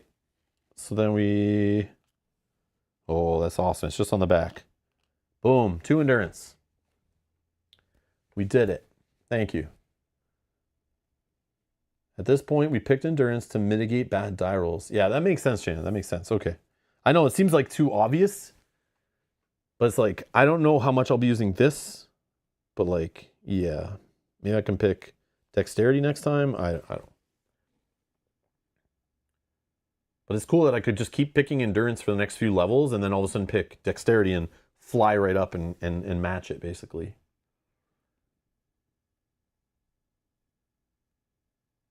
Oh. So it says step 6 there is the last step is to learn a new skill. You can learn any skill as long as you already have learned all prerequisites. So I'm going to take our the skill thing we had hidden in there. Take a skill with no prerequisites from your skill tree and place it in your character mat, keeping it face down. And then you place a mastery token with like unmastered side up, I guess was called, right? Into the skill tree to show you have learned the skill. You may mark the learn box on the back of your path card as well. I don't think I need to. Each player should find the matching rules card for their learned skill and read through it to understand how it works. Then leave POI on the table. You'll return here shortly. Okay. Okay. So yeah. And then it talks about mastering skills, which like, it's kind of cool. You take a skill and then it has like a little side achievement you can do to then flip it to learn it. So it's like something silly you have to do, like the things that I love to do in games, like little side achievements, like kind of play the game a little inefficiently to like learn something. So it looks like, actually, let's do it on this screen. So here's my Path of Wandering skill board. I can only choose these from these 4 because they don't have a black arrow going into them, right? And it tells you like how to master this one, right? So Poultice, to master it, at Tickle Forest, pay a stamina and succeed at an int 12. Okay, so we should have went up in intelligence really, right? I'm just kidding. And then it has a Eureka moment, which means there's something on the back that happens right away that doesn't cost me resources when I do that. It's like a little action or something. And then Pathfinding, to master, pay a stamina while 2 or more travel tokens are exhausted. Travel tokens are like little red tokens as we travel around the map. I think it's these things. So as we travel around the map, bad things will happen off like basically road event cards. And then you kind of flip these when it tells you to. And then that stops us from, it slows down our exploring. So it's saying once 2 of these are flipped, I believe. Then I get to flip this over and learn it. Swift as the wolf, to master in a combat turn, move at least 6 squares away from where you started the turn. Ooh, how would I do that? I can only move up to 5. Obviously, I can't really do this yet, right? And then staggering shot. Oh, I know how I could do it. I could do it using my elf thing. Yeah, using this, my Lightfoot, right? Yeah, I could do this using my Lightfoot, I think. Oh, you can just move twice. Oh man, I was thinking we had to do something more clever. Okay, that's I'm like, man, we have to do something really clever to solve this one. Staggering shot, to master as a normal action while a foe you can see is exactly 2 or 5 range away. Pay 2 combo. Oh. And then like we could read these, like what do we want to go into here? I don't know, guys. Any recommendations? I am down. I could also just put this up in a poll and we can all choose, those who are watching. Yeah, I'm down for whatever. So it's like basically, yeah, this one helps us with survival. This one helps us with survival and movement. This one helps us with movement and hunting. This one helps us with hunting and our bow. So it's like these two are kind of like for fighting, I think. I don't know, hunting, is that like related to jobs maybe? I think, if I remember correctly from the rule book. I think hunting is like connected to jobs. You might get hunting jobs. Yeah, Nesbo, exactly. I'm going to do a poll. Yeah, because there's exactly 4, right? And I could put 4 in the poll. Yeah, which skill? I didn't realize we are going to be making choices in the quick start guide like this. I thought this stuff wouldn't happen until we got our training wheels off. So Poultice. Here, let me do this. Poultice. I'll hold them up in a sec again too. Pathfinding. Swift as a wolf. And staggering shot. Staggering shots. Okay. Actually, maybe I can. So again, I put the poll up in the live chat. If you're watching live, you can vote and affect the playthrough. I'm down to take whatever. I'm not going to tell you what I would lean towards because I don't really know. I would kind of probably sit here for a while reading all the extra ones. I can put them on the screen real quick here for you guys. But like if we want Ricochet, we're going to need to do Staggering Shot, for example. If we want Snake Strike, we have to do Swift as a Wolf. If we want Sure as the Goat, we would actually have to learn this one. But if we want Sharpen, I think we need to learn this one and this one first to get to this one, I think. I could be wrong, but there's like some, I think you need all the ones leading into it, but maybe I'm wrong. Maybe there's just multiple paths. I can't remember exactly. But again, Poultice is a survival. We don't know exactly what the ability is, right? I don't think we're allowed to look. Oh, are we allowed to look at the rules card? Yeah? Okay. We can do that. We can do that. Sorry if you already voted. Yeah, and maybe it told us to look at it. I'm so sorry. Poultice. The land itself offers solutions for many ails and woes. Okay, Janice says you do need all previous ones to gain later ones. Okay, perfect. Minor. This costs any amount of mana we can pay to target 1 exile in the bracketed square. For each mana paid, that exile heals 2. Oh, so it's a heal for mana. So we have our knapsack that can heal. We have, we just got more health. So this could add to survivability. That makes sense. Can I target myself? Hell yeah. Okay. Then we have pathfinding. Pathfinding, its prerequisite is none. Action, only while out of combat. It costs a cube, and you only get, so it's a one time between rests. Refresh all the travel tokens. Okay. So these tokens, if they start getting flipped, we can't really explore to unexplored territories. So this would allow us one time to just kind of like keep pushing further, basically, is how I understand it. I might be wrong, but that's basically what I think it's trying to do here. Is just make us better at exploring unexplored territory. But if we've already explored there, we can keep going. It's no problem. Then what's the next one? Swift as the wolf. The unyielding wolf chases down its prey on swift paws. So it's a minor action, costs 1 mana. You can move 6 or pay a stamina to move 8. After moving, if you're adjacent to the marked foe, you get 1 combo.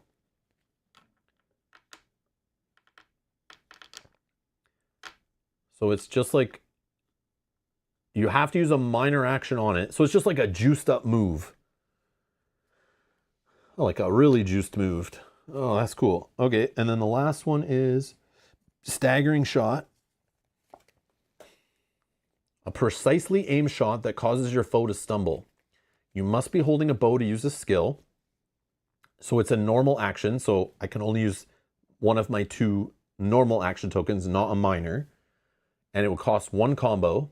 You can make a basic bow attack, decreasing the minimum range by 1, so I can be closer to my enemy, or increasing the maximum range by 1. If it hits a foe, shift that foe up to 1 square, so I can move it in any direction I want. It's not like a push, where a push has to go further away, or a pull has to come closer. A shift can go in any direction I want, basically. I'm pretty sure that's how shifting works. Or 2 squares instead of that if that foe is marked. Oh, it's cool. It works with my marked skill. That's cool. That's cool. And I bet it tells me about the shifting on here, probably. Can I shift the foe in any cardinal direction? Yes. See, if you like weren't sure, you just flipped the so, oh my God, so good. So good to literally, I haven't touched a rule book like at all. Oh, and Jose says the rule book says you can freely look at all skills. I didn't know. I thought the reason why they're in here is to keep them secret. I thought that's what it was trying to do here. Okay, that's good to know. But yeah, they all have cards, so you can just read the cards without punching them, which is nice.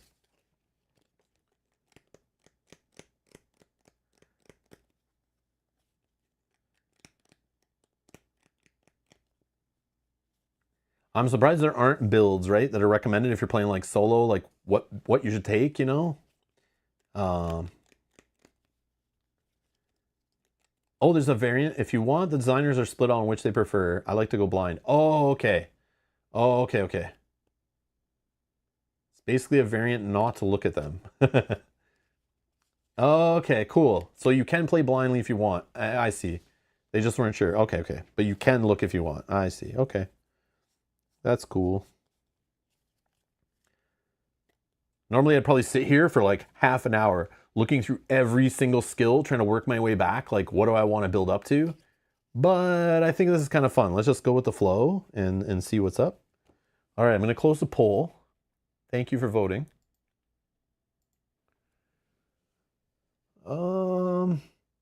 Staggering shot, 42%. Swift as a wolf, 34%. Pathfinding, 15%. And poultice, 7%.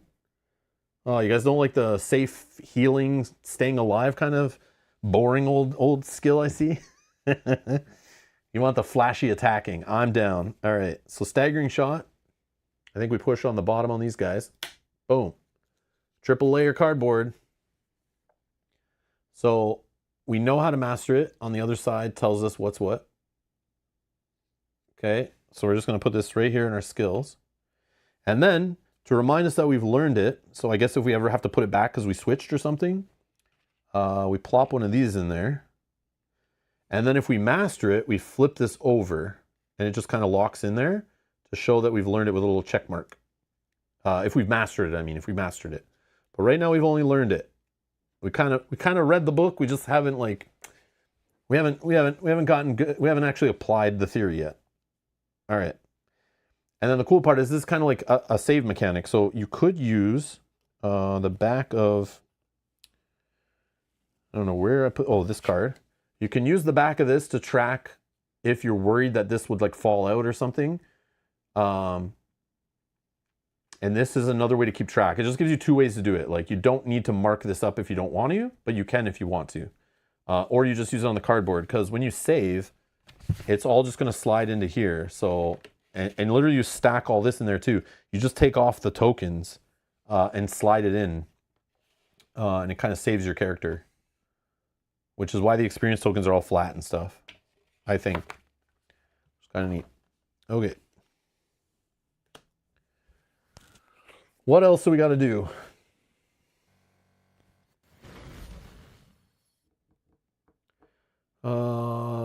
Zach saying you can retrain later too for a cost. So like Euthia. It reminds me of Euthia, how that worked, I think. You could like learn the skills, then get rid of them, but then you have to pay to get them back.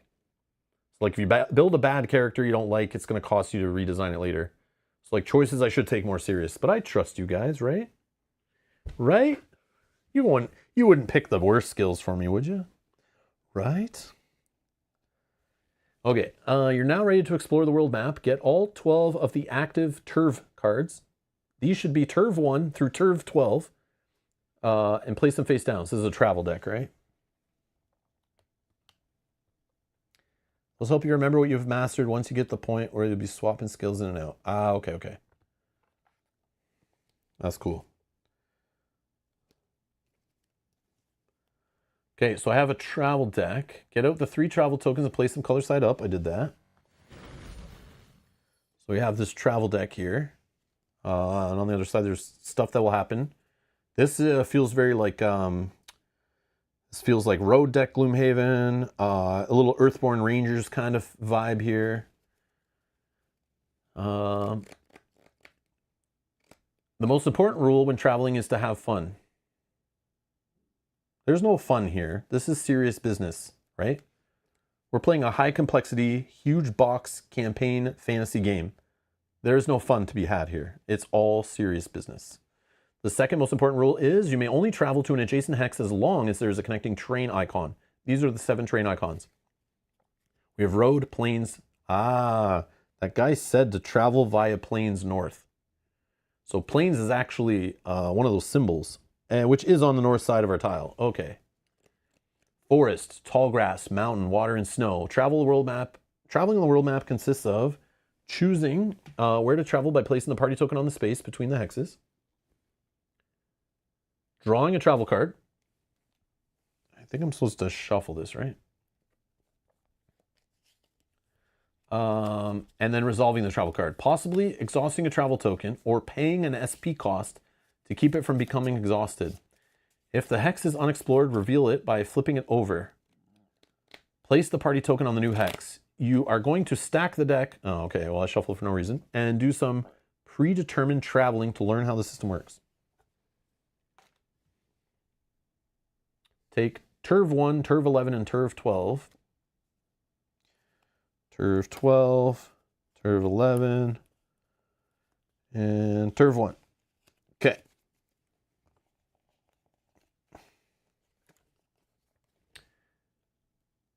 One, 11, and 12, and place them on the top in order with Turv 1 on top. Turv 1, Turv 11, Turv 12. Okay.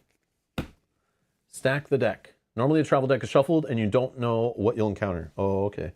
So they're trying to rig the deck here.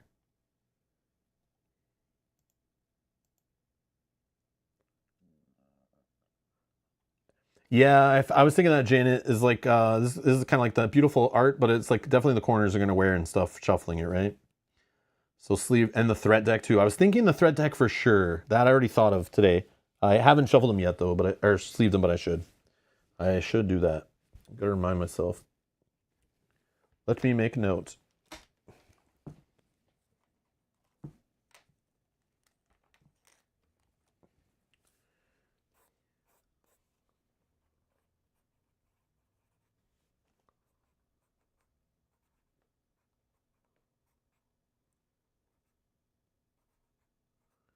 Sleeve thir plus turv. Okay. Thank you. All right. Okay. What else did it tell us there? Oh yeah, looking at the connecting terrain icons, you could travel to hex D2, hex D3, or hex E1. And hex F2 are all directly adjacent to your current hex, but since there are no connecting terrain icons, you cannot choose to move to those hexes from here. Okay. Oh, travel tokens represent the party's hunger, morale, and sense of direction. If one or more travel tokens are exhausted, you cannot enter unexplored face-down hexes. Travel example 1, it's time to leave the exile camp. Take a travel action, choosing to move to hex D2 by placing the party token on the space between the hexes. Okay.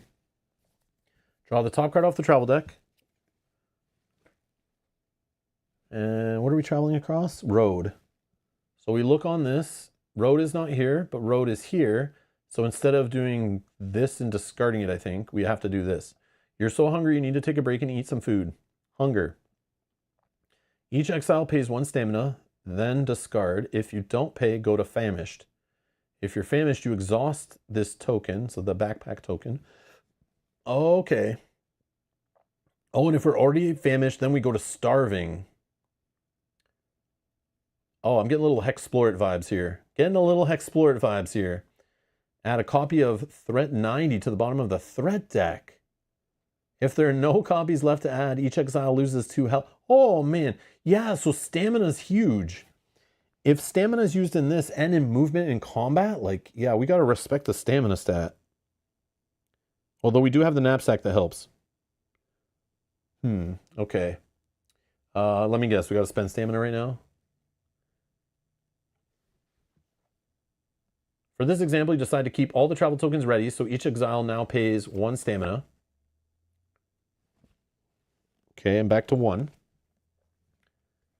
And that says, because you've entered unexplored hex, now you get to reveal it by pushing the right side. Yep, and party token.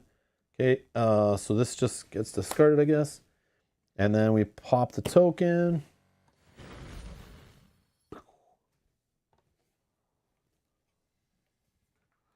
So we're in the middle here. You put your little token in the middle, then you pop. Then I'm going to place, Regal Junction. This is what was talked about before. What the hell did they say? I should. The rulebook does say you can take notes if you want. I probably should, but it talked about going like north from here, I think, or something. Or no, this is where the beast, the enemy we got to defeat or something. The beasts or something. Oh, you can travel all directions on this one. And then we're here. So that's our first, we did our first travel action, guys. We did it. Yeah, this looks cool. Oh, and there's nowhere to zoom in on this one. There's nowhere to zoom in. So this one you got to zoom in. Not every place you get to zoom. I thought it was way more stuff. But there's a lot of maps.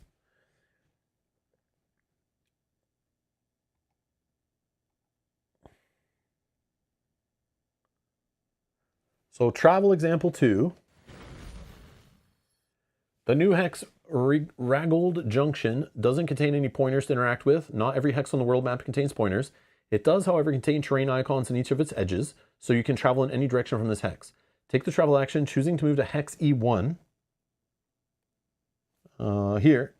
So we're going to go to the northeast. So we put our token between. We flip a card. And we're traveling along the plain. So the journey is difficult and your spirits sag. Frustrated. Each exile pays 1 stamina, then discards. If you don't, you go to downhearted. And then if you're downhearted already, you go to miserable. Okay. So it's telling us in the rules. Frustrated, you must choose. At this time, you could choose to use a skill or item such as your knapsack. Choose not to pay the stamina. Are you crazy?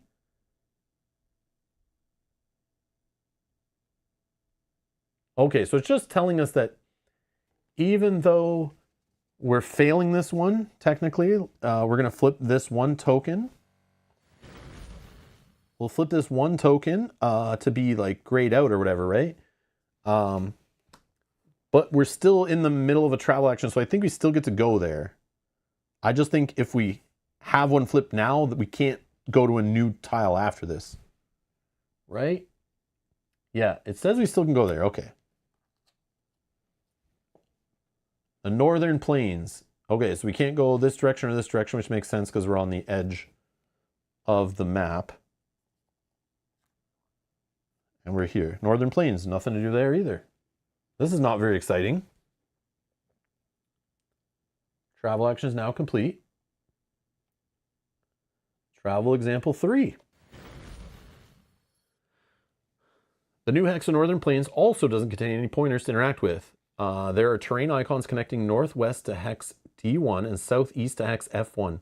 But you can't travel there because at least one of these travel tokens is exhausted.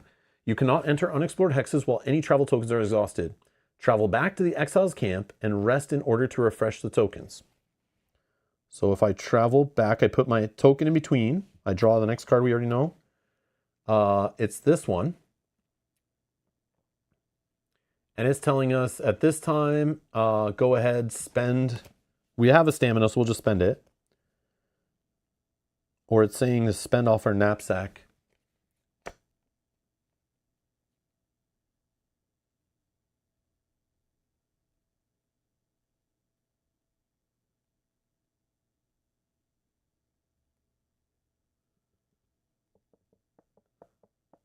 Oh, sure. Okay. So we spend one, whatever. We'll spend one to give us a stamina, then we spend a stamina. Sure. I think it's trying to get us to use an item. Okay, so that we don't go frustrated. Now the travel action is complete. If you'd not paid, you would have gone downhearted, and since the morale token feather is already exhausted, you'd have gone to miserable. Miserable puts a threat exhaustion card into the threat deck, which can make future combats more difficult. Okay, a little help. There was an NPC in the Exiles camp that you didn't talk to last time. Let's go talk to him now.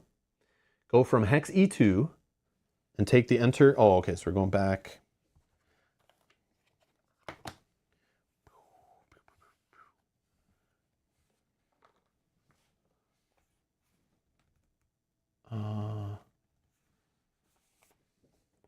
Whoops. I don't need the divider.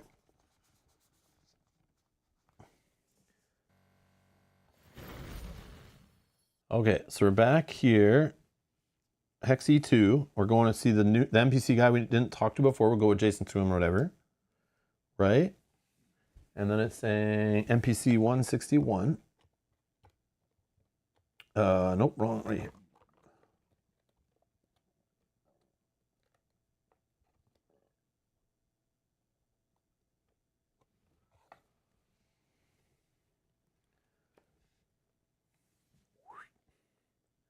This is Cestacin.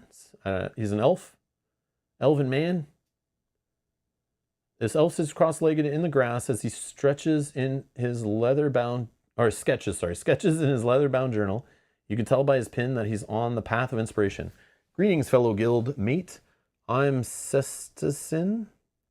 If you're looking for something or someone, I might be able to help you locate what you're looking for. Okay. The guild.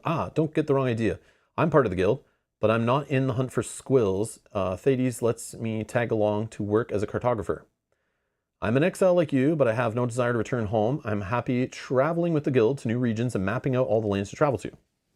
And then we gain a role-playing thing, so we're maxed out on that. Okay, by this little token here. Then locate. I need, indeed, I practice the art of scrying using the maps of the regions I chart. I'm able to determine the locations of people or items of importance. I just charge a small fee for my services. So we can pay this guy 1 to scry. We choose a key card you have, and then you draw an event. He will discern where in the map you need to take it. After scrying, put this back in the event section, right? Oh, you put this event back. Okay. Are we supposed to do that right now? Oh, don't scry anything at this time, but remember to talk to him if you require help later. Aw. Because I think we can use it to on this key, right? Like, I think we could just cheat and find the answer, kind of, right? It would just cost us money. Move to hex E2 pointer and take the leave action back to hex E2 in the world map. Okay. So it's basically having us like put this guy away back to where we found him. That's annoying. Fiddly, fiddly, fiddly.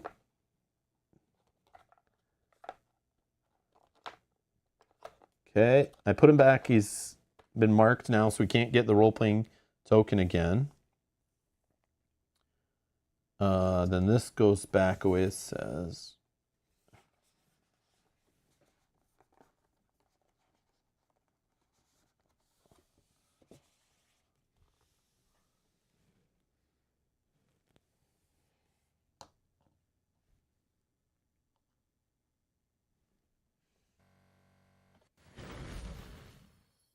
Yeah, they're just showing us we can go and back and revisit and that we saved stuff and it came back. Okay, now it's going to days and resting. Let's take a moment to explain the day deck. The day deck is used to track the passage of time over the course of your campaign. When you get to the end of a current day deck, you'll be instructed to add the next day card to the deck, then remake it. Get all 3 of the active day cards and assemble the day deck, ensuring day 1, 2, and 3 are face down in sequential order with day 1 on top. Okay. Day deck.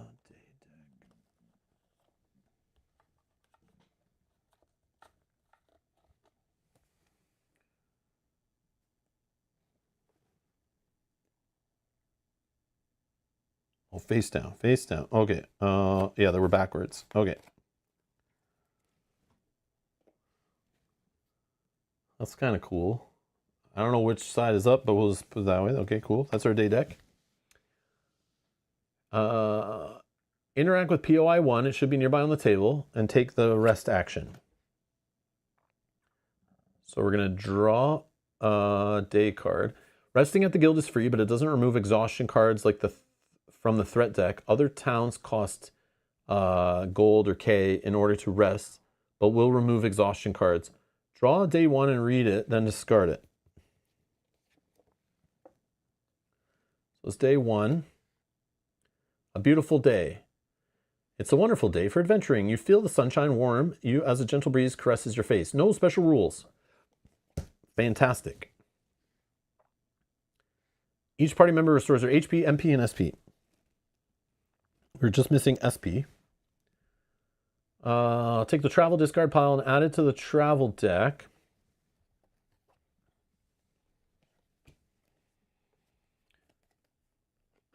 And then shuffle it, place it face down, refresh all the travel tokens, placing them colored side up. I see why I should sleeve this one. The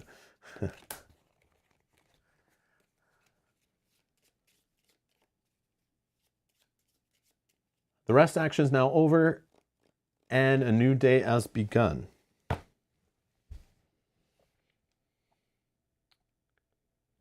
Often the first time you draw a day card, it will instruct you to follow special rules such as adding a new card to the travel deck. This only occurs the first time that day card is drawn. Subsequent times you will ignore these rules, or ignore those rules. Further rules. Congratulations, you've completed the quick start guide for Arydia. You now should have a general understanding of how Arydia is played. Immediately after taking a rest action, you can save your game. I'm going to just leave it on the table and we're going to play tomorrow on stream.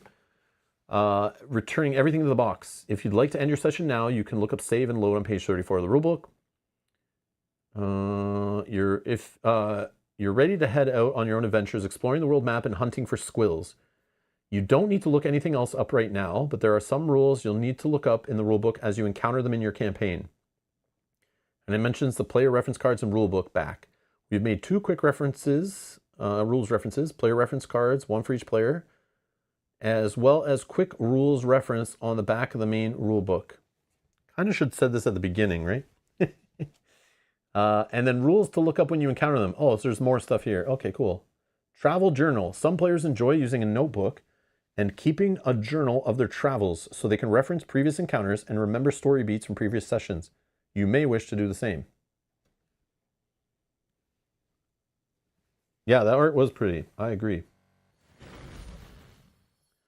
So then this Exiles Camp, I guess it just goes back to POI 1.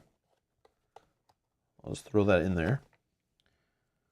So we didn't do this because we couldn't, right? Because it has to be empty. The knapsack had to be empty, so they stole one from us.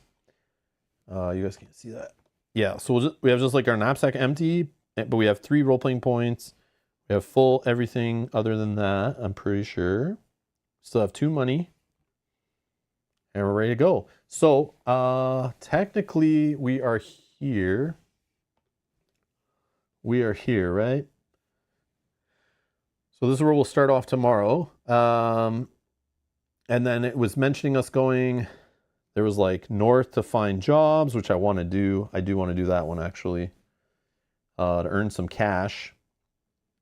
As it mentioned, there's like a town. There was some pests to deal with. And it was all on that guy. NPC. Nope.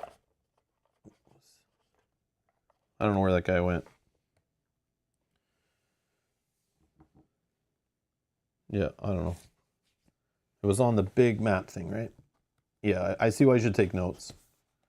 NPC 0. Which I put this guy in the wrong spot. Okay, that makes sense. Yeah, okay. So remember this guy was telling us stuff, right? Yeah, Fellsworn Village is nearby. The guild...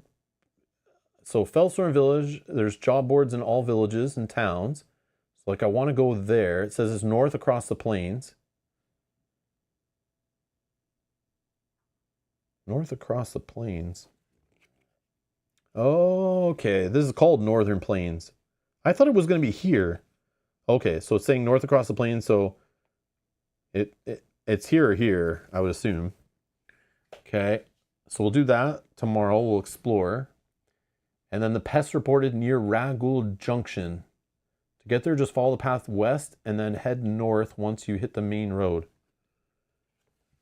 Oh, that's up here. So I bet we want to go here and here based on what this guy was telling us to do. That's how I'm gonna approach it. And then he was just telling us about the region. Yeah, I was trying to, it's like taking a lot of information in. I'm like, this guy, what he's telling us is like important. I know it. I definitely know it. So that's our plan.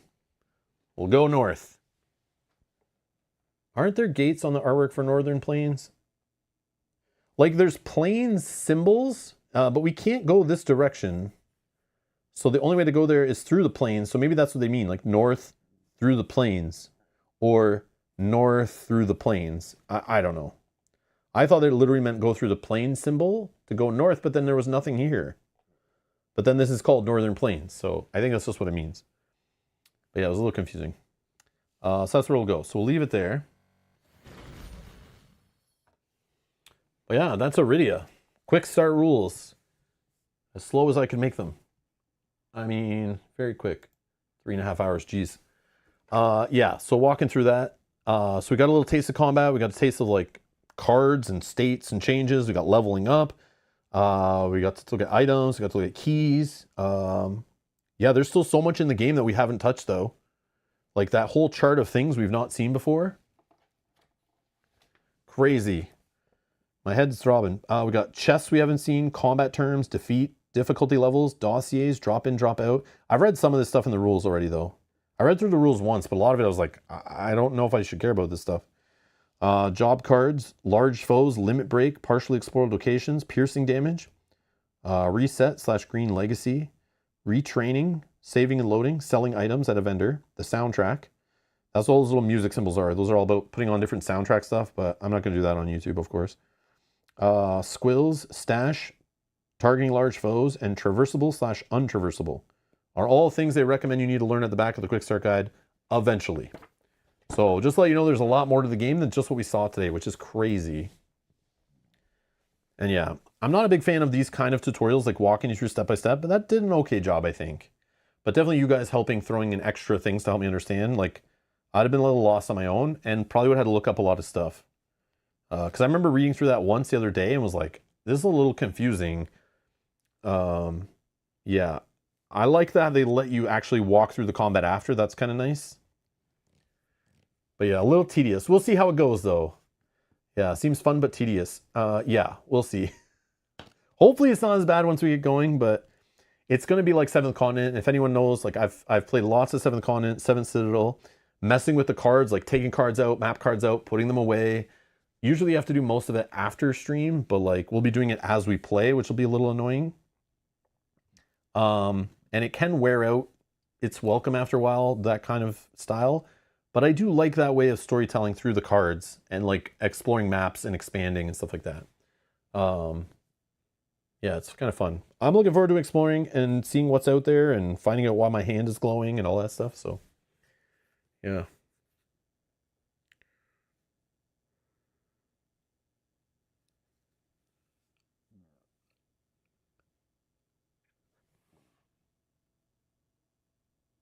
Oh. Oh, there's gates on the tile? I see. Oh, I see. Okay. Cool.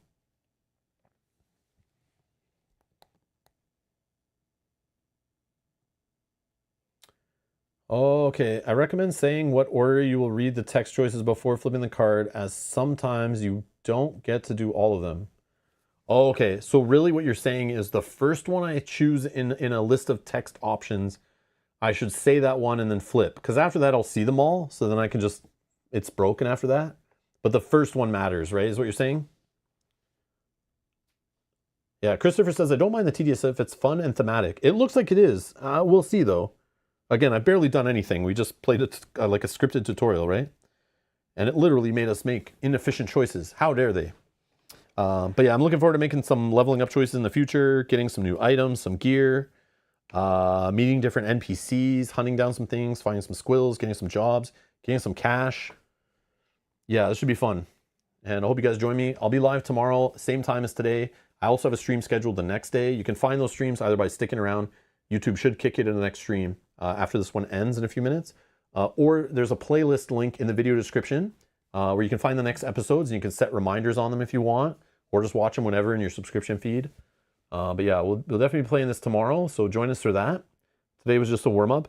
And again, if you're watching this now and you got to this point and I still haven't played the next couple episodes, if you're watching this in the next 24 hours, feel free to leave comments down below again, letting me know any tips, corrections, anything we misunderstood that you caught on stream. And yeah, we can try to improve even if it's a few episodes later, we can try to improve going forward. And that applies to any episode, of course. But yeah, thank you guys for watching. Thanks for all the support. Thanks for helping me out. I'm a little fried right now. That was like a lot. Again, I like doing this stuff usually off stream so I can slowly digest it. But yeah, that was like a lot of information. So yeah, hopefully I'll sit back tonight. We'll read the rule book a little bit so that tomorrow we come back at it and we're good to go into it. But I'll definitely struggle with some questions still because I feel like that quick start guide didn't answer everything, but I know it's not meant to. So yeah. Oh, Christy says it's fun. I'm about 10 hours into it. It's fiddly for sure, but fun exploration. That's all I can ask for. Again, I've already played, we've played through Gloomhaven, we played Frosthaven, we played Tainted Grail, we played 7th Citadel on stream. And when I say we played, I mean, we didn't just play one session. We played dozens of sessions of these games on stream. You can find all that stuff in our playlist section. But yeah, I'm used to these 7th Citadel, 7th Continent, fiddly games. We've spent 7-8 hours straight in one day playing 7th Continent with all the fiddliness. And it gets a little annoying after a while, but as long as the game is fun and it's worth the fiddliness, that's all you can ask for, right? So far it looks like it could be cool, and we'll see. But yeah, I'm kind of excited to play it actually. Janice says the next sessions will go smoother. Yeah, or not, because we'll have to make choices. But you'll be here to help me, right? Anyways, thank you all for watching. Hope you enjoyed the rest of your day, and I will see you guys tomorrow, hopefully. Bye-bye.